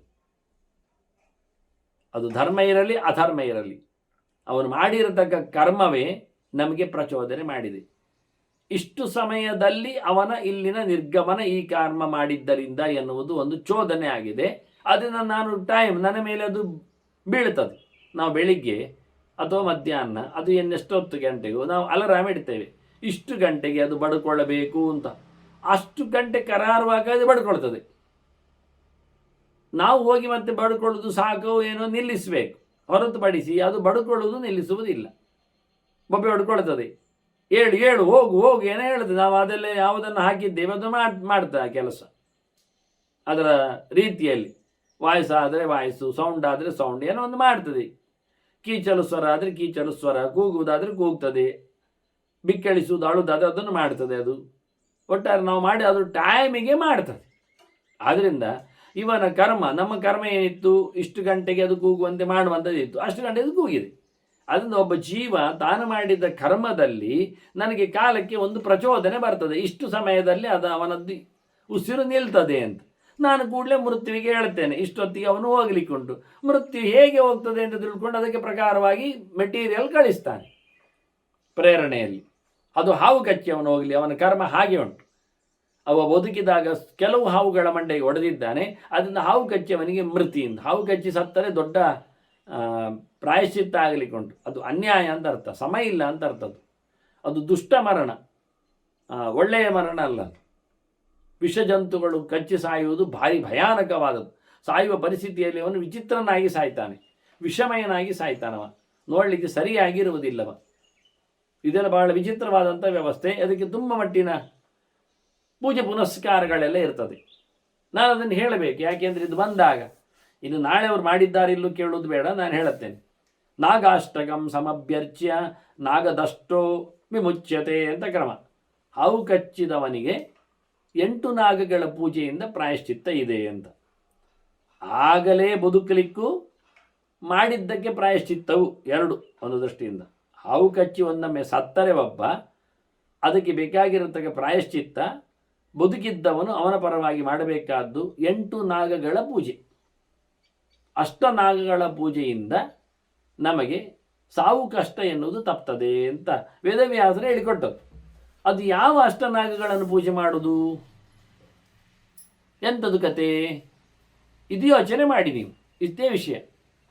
ಹಾವು ಕಚ್ಚುವುದು ಸಹಜ, ಎಲ್ಲ ಕಡೆ ಕಾಣ್ತದೆ, ಅದರಿಂದ ದುರ್ಗತಿ ಎನ್ನುವುದು ಗೊತ್ತುಂಟು, ಶಾಸ್ತ್ರಗಾರರು ಹೇಳಿದ್ದಾರೆ, ಅದು ಒಳ್ಳೆಯದಲ್ಲ. ಹಾಗಾದಕ್ಕೆ ಪ್ರಾಯಶ್ಚಿತ್ತವಾಗಿ ಎಂತ ಮಾಡಲಿಕ್ಕುಂಟು ಕೇಳಿದರೆ ನಾಗಾಷ್ಟಕಂ ಸಮಭ್ಯರ್ಚ್ಯ ಹೇಳ್ತಾರೆ. ನಾಗದಷ್ಟೋ ಮುಚ್ಚತೆ ಅಂತ. ಅಂಥವನಿಗೆ, ಹಾವಿನಿಂದ ಕಚ್ಚಲ್ಪಟ್ಟವನಿಗೆ ಪ್ರಾಯಶ್ಚಿತ್ತ, ಮೋಕ್ಷ ಮತ್ತು ಬಿಡುಗಡೆ ಹೇಗೆ ಕೇಳಿದರೆ 8 ನಾಗಗಳನ್ನು ಪೂಜಿಸಿ ಅವುಗಳ ಪ್ರಸಾದಕ್ಕೆ ಒಳಗಾಗುವುದು. ಅದು 8 ನಾಗಗಳನ್ನು ಪೂಜಿಸಿ ಹೇಳಲಿಲ್ಲ, 8 ನಾಗಗಳನ್ನು ಚೆನ್ನಾಗಿ ಪೂಜಿಸಿ ಅಂತಾರೆ, ಸಮಭ್ಯರ್ಚ್ಯ ಅಂತಾರೆ. ಅದೆಂಥದ್ದು ಸಮಾನ ಚಂದ ಮಾಡಿ ಅಂದರೆ, ಚಂದ ಮಾಡಿ ಸರಿ ತಿಳ್ಕೊಂಡು ಮಾಡೋದು. ಯದೇವ ವಿದ್ಯಾ ಕರೋತಿ ಆಗ ವೀರ್ಯವತ್ತರಂಭವತಿ. ಚೆನ್ನಾಗಿ ಮಾಡುವುದಂತ ಏನರ್ಥ? ತಿಳಿದು ಮಾಡುವುದು. ಎಂತ ತಿಳಿಯುವುದು? ಪೂಜೆ ಮಾಡುವುದು ಹೇಗೆ ಅಂತ ತಿಳಿಯುವುದು, ಯಾರು 8 ಜನ ಎನ್ನುವುದು ತಿಳಿಯುವುದು. ಈಗ ಗಮ್ಮತ್ತು ತೊಂದರೆ ಇದೆ. ನನ್ನದು ಚಾಲೆಂಜ್ ಇದು. ಯಾರಾದರೂ ಎಂದಾದರೂ 8 ನಾಗಗಳು ಯಾರು ಅಂತ ತಂದು ಹೇಳಿಬಿಡಿ, ಹೇಳಿದ್ದಾರೆ ಅಂತ ಹೇಳಿಬಿಡಿ. ಎಲ್ಲಿಯಾದರೂ ಯಾರು ಹೇಳ್ತಾರೆ? ನಾನು ಹೇಳುವ ಮುಂಚೆ ಯಾರು 8 ಜನ ಅಂತ ತಿಳಿಸುವ ಮುಂಚೆ ಇಲ್ಲಿ ಎಲ್ಲಿಯೂ ಸಹ ಯಾರೂ ಸಹ ಸ್ಪಷ್ಟವಾಗಿ 8 ನಾಗಗಳನ್ನು ಹೇಳಿದ್ದಿಲ್ಲ. ಅವರೆಲ್ಲ ಹೇಳಿಕೊಂಡು ಪೂಜೆ ಪುನಸ್ಕಾರ ಮಾಡಿಕೊಂಡು ಬಂದದ್ದೆಲ್ಲ ನಾಗಮಂಡಲ ಮತ್ತೊಂದು ಗೋಜಿ ಮಾಡಿದ್ದೆಲ್ಲ ಉಂಟಲ್ಲ, ಸರ್ಪ, ಅನಂತ, ಶೇಷ, ಭೂಧರ, ಮತ್ತೆಂಥದ್ದು ಸರ್ಪೋನಂತ ತಥಾ ನಾಗಹ ಎಲ್ಲ ಹೇಳಿದ್ದು. ಇಲ್ಲಿ ಸರ್ಪ ಅಂದರೆ ಹೆಸರಾದು, ಹಾವು ಅಂತ ಅರ್ಥ. ಹೆಸರಾಗುವುದು ಹೇಗೆ? ಅವರಿಗೆ ಬೋಧ ಇಲ್ಲ. 8 ನಾಗಗಳ ಪೂಜೆ ಮಾಡೋದು ಅಂದರೆ ಇದು 8 ಆಗ್ತದ? ಆನಂತರ ನಾಗ ಅಂದರು. ನಾಗ ಅಂದರೆ ಮತ್ತೆ ಅದು ಜಾತಿ ಅಲ್ವ, ಅದು 8 ಆಗಲಿಕ್ಕೆ ಸೇರ್ತದ? ನಾಗಾಷ್ಟಕ ಬಂದಿದ್ದಾನೆ ಅವನು, 8 ನಾಗಗಳನ್ನು ಹೇಳ್ತಾನೆ. ನಾಗ ಎನ್ನುವುದೊಂದೊಂದಾದರೆ 8 ಆಗುವುದು ಎಲ್ಲಿಗೆ? ಆಗಲಿಲ್ಲ. ಮತ್ತೆ ಅದರಲ್ಲಿ ಶೇಷ ಇತ್ತಲ್ಲ, ಇತ್ತು.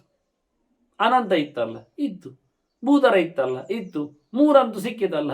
3 ಒಂದೇ ಅಲ್ಲ ಮಾರಾಯರೇ, 3 ಸಿಕ್ಕ 8 ನಾಗಗಳನ್ನು ಹೇಳಲಿಲ್ಲ ಅವರು. ಇದು ಒಳ್ಳೆ ಕಥೆ ಆಯ್ತಲ್ಲ. 8 ನಾಗಗಳು ಬೇಕು ನಮಗೆ. ಒಬ್ಬ ಶೇಷನಾಗ ಆದ, ಮತ್ತೆ ಅವನೇ ಅನಂತ, ಅವನೇ ಭೂಧರ, ನೆಲ ಹೊತ್ತವ. 8 ಆಗಲಿಲ್ಲ. ಮತ್ತೆ ನೋಡಿ, 5 ಹೆಸರಿನಲ್ಲಿ ಒಟ್ಟು 1 ಸಿಕ್ಕಿತ್ತು, ಇನ್ನು 3 ಹೇಳೋದಿದ್ರು ಅವರು ಒಂದೊಮ್ಮೆ ಹೇಳಿದರೆ. ಎಂಥ ಭಯಾನಕ ನೋಡಿ. 8 ಹೇಳಲಿಕ್ಕೆ ಹೋಗಿ 4 ಹೇಳಿ ಅದು ಸರಿಗಟ್ಟಲ್ಲಿ ಹೇಳದೆ. ಮತ್ತೆ ಇಷ್ಟೆಲ್ಲ ತಪ್ಪಿದ್ದರೂ ನಾನು ಅವರಿಗೆ 8 ಯಾವುದು ಅಂತ ಸ್ಪಷ್ಟವಾಗಿ ಮಹಾಭಾರತವೇ ತೋರಿಸಿಕೊಟ್ಟದ್ದನ್ನು, ವೇದವ್ಯಾಸರು ಪುರಾಣಗಳಲ್ಲಿಯೇ ಪಸರಿಸಿದ್ದನ್ನು, ಅದನ್ನು ಚೆನ್ನಾಗಿ ಪೂಜಿಸುವುದು ಅಂದರೆ ಹೇಗೆ ಅಂತ ಹೇಳಿಕೊಟ್ಟು, ನವಗ್ರಹಗಳಂತೆ ಅವುಗಳಿಗಿರತಕ್ಕ ದಿಕ್ಕು, ಬಣ್ಣ, ದಶೆ, ಮಂಡಲ, ಚಿಹ್ನೆ ಎಲ್ಲ ಹೇಳಿಕೊಟ್ರು. ಇವುಗಳು ಮಾಡುವವುಗಳಿಗೆ ಬೋಧೆ ಇಲ್ಲ. ಅರ್ಥ ಮಾಡಿಸಿದ್ರು, ಹೇಳಿಕೊಂಡು ಬಂದರು, ಅದನ್ನು ತಿದ್ದಿಕೊಂಡು ಸರಿ ಮಾಡಲಿಕ್ಕೆ ಅವರ ಬೂಟಾಟಿಗೆ ಬಿಡುವುದಿಲ್ಲ. ಯಪ್ಪಾ, ಅದ್ಭುತ ಮಾರ್ಯಾರೆ. ಇನ್ನೆಂತ ಹೇಳುವುದು ನಾವು? ಅದರಿಂದ ಇಲ್ಲಿ ಬಹಳ ಸ್ಪಷ್ಟವಾಗಿ ನಾಗರಿಂದ ಕಚ್ಚಲ್ಪಟ್ಟಿದ್ದಾನೆ. ಇದಕ್ಕೆ ಕಾರಣ ಏನು ಹೇಳಿದರೆ, ಸಾಯಲಿಕ್ಕೆ ಆ ಮಗು ಕಾರಣ.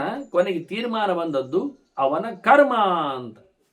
ಅವರವರ ಕರ್ಮವೇ ಅವರವರಿಗೆ ಫಲ ಪಡೆಯುವಲ್ಲಿ, ಕಷ್ಟ ಅನುಭವಿಸುವಲ್ಲಿ, ಸುಖವನ್ನು ಮೆರೆಸುವಲ್ಲಿ ಕಾರಣ ಹೊರತು ಮತ್ಯಾರೂ ಕಾರಣ ಅಲ್ಲ.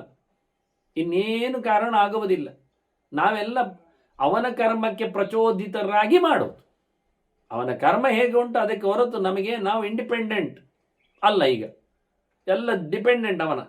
ಅದನ್ನು ವಿನಾಶ ಹೇತುರ್ ನಾಣ್ಯೋಸ್ಯ ವರ್ತತೆಯಂ ಸ್ವಕರ್ಮಣ. ಮತ್ಯಾರು ಇವನ ಸಾವಿಗೆ ಕಾರಣ ಅಲ್ಲ. ಅವನ ಕೆಲಸವೇ, ಅವನ ಕರ್ಮಗಳೇ ಅವನನ್ನು ಸಾಯಿಸುವಂತೆ ಮಾಡಿತ್ತು. ಅವನೇನು ಮಾಡಿದ್ದಾನೋ ಅದಕ್ಕೆ ಅನುಗುಣವಾಯಿತು. ಅವನೇ ಈಗಲೇ ಆ ಹಾವನ್ನು ಆಡಿಸ್ಲಿಕ್ಕೆ ಹೋದ್ನ, ಜಜ್ಜಿಲಿಕ್ಕೆ ಹೋದ್ನ, ಕಚ್ಚಿರಬಹುದು. ಎಲ್ಲರೂ ಅವರವರ ಕರ್ಮದಲ್ಲಿಯೇ ವಶರು. ಸರ್ವೇ ಕರ್ಮವಶಾಹ ವಯಂ. ನಾವು ಯಾರೂ ಕರ್ಮವನ್ನು ಬಿಟ್ಟು ಮಾಡಿದ್ದಲ್ಲ. ಅವರವರ ಕರ್ಮಕ್ಕನುಗುಣವಾಗಿ ಅವರವರ ಕೆಲಸ ಮಾಡಿಯೇ ಮಾಡಿದರೆ ಎಲ್ಲರದ್ದು ಕರ್ಮ ದಾಯಾದ ಇದ್ದಾಗೆ. ಕರ್ಮ ಹಂಚಿಕೊಳ್ಳಿಕ್ಕೆ ಬಂದಿದೆ. ಮಾಡಿದ್ದನ್ನು ಉಣ್ಲಿಕ್ಕೆ ಉಂಟು. ಕರ್ಮ ಸಂಬಂಧಿಗಳೇ ಎಲ್ಲರೂ, ಕರ್ಮ ಬಿಟ್ಟವರೇ ಅಲ್ಲ. ಕರ್ಮದಿಂದ ಬಂಧದಿಂದ ಹೊರಗೆ ಹೋಗಲಿಕ್ಕೆ ಆಗುವುದಿಲ್ಲ, ಕಟ್ಟಿ ಹಾಕ್ಕೊಂಡಿದೆ. ಹೇಗೆ ಮಣ್ಣು ಮೂಲ ಮಡಿಕೆಗೆ ಕಾರಣವೋ, ಇನ್ನೇನಿಲ್ಲದಿದ್ರೂ ಹಾಗೇ ಆಗುತ್ತೋ ಹಾಗೆ ಎಲ್ಲ ಕ್ರಿಯೆಗಳಿಗೂ ಮೂಲ ಕಾರಣ ಅವನು ಮಾಡಿದ ಕರ್ಮವೇ. ಅವನದ್ದೇ ಮೂಲ ಕರ್ಮ. ಆದ್ದರಿಂದ ಒಬ್ಬರು ಹೇಳಿಕೊಳ್ಳುತ್ತಾರೆ, ನಮಗಿಂತ ಪರ್ಕಟ್ ಮನೆ ಎಂಥ ಕರ್ಮಕ್ಕೆ ಮಾರೆ ಸಿಕ್ಕಿದ್ದು? ಅದು ನಿಮ್ಮ ಕರ್ಮಕ್ಕೆ. ಸುತ್ತಮುತ್ತಲರು ಯಾಕೆ ಮಾರೆ ಗಲಾಟೆ? ಅದು ನಿಮ್ಮ ಕರ್ಮಕ್ಕೆ ಅವರು ಬಂದಿದ್ದಾರೆ, ಆಯ್ತಲ್ಲ.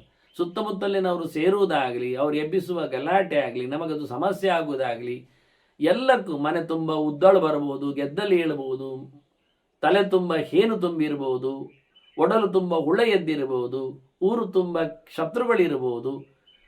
ಏನೆಲ್ಲದಿದ್ರೂ ಅವರವರ ಕರ್ಮಕ್ಕೆ ಅದರದರ ತಂತ್ರ, ಅದರ ಆಚೆಗೆ ಏನಿಲ್ಲ. ಅವರು ಮಾಡಿದ್ದನ್ನೇ ಅವರು ಪಡೀಲಿಕ್ಕಿರುವಂಥದ್ದು. ಇದು ಎಲ್ಲರಿಗೂ ಉತ್ತರ.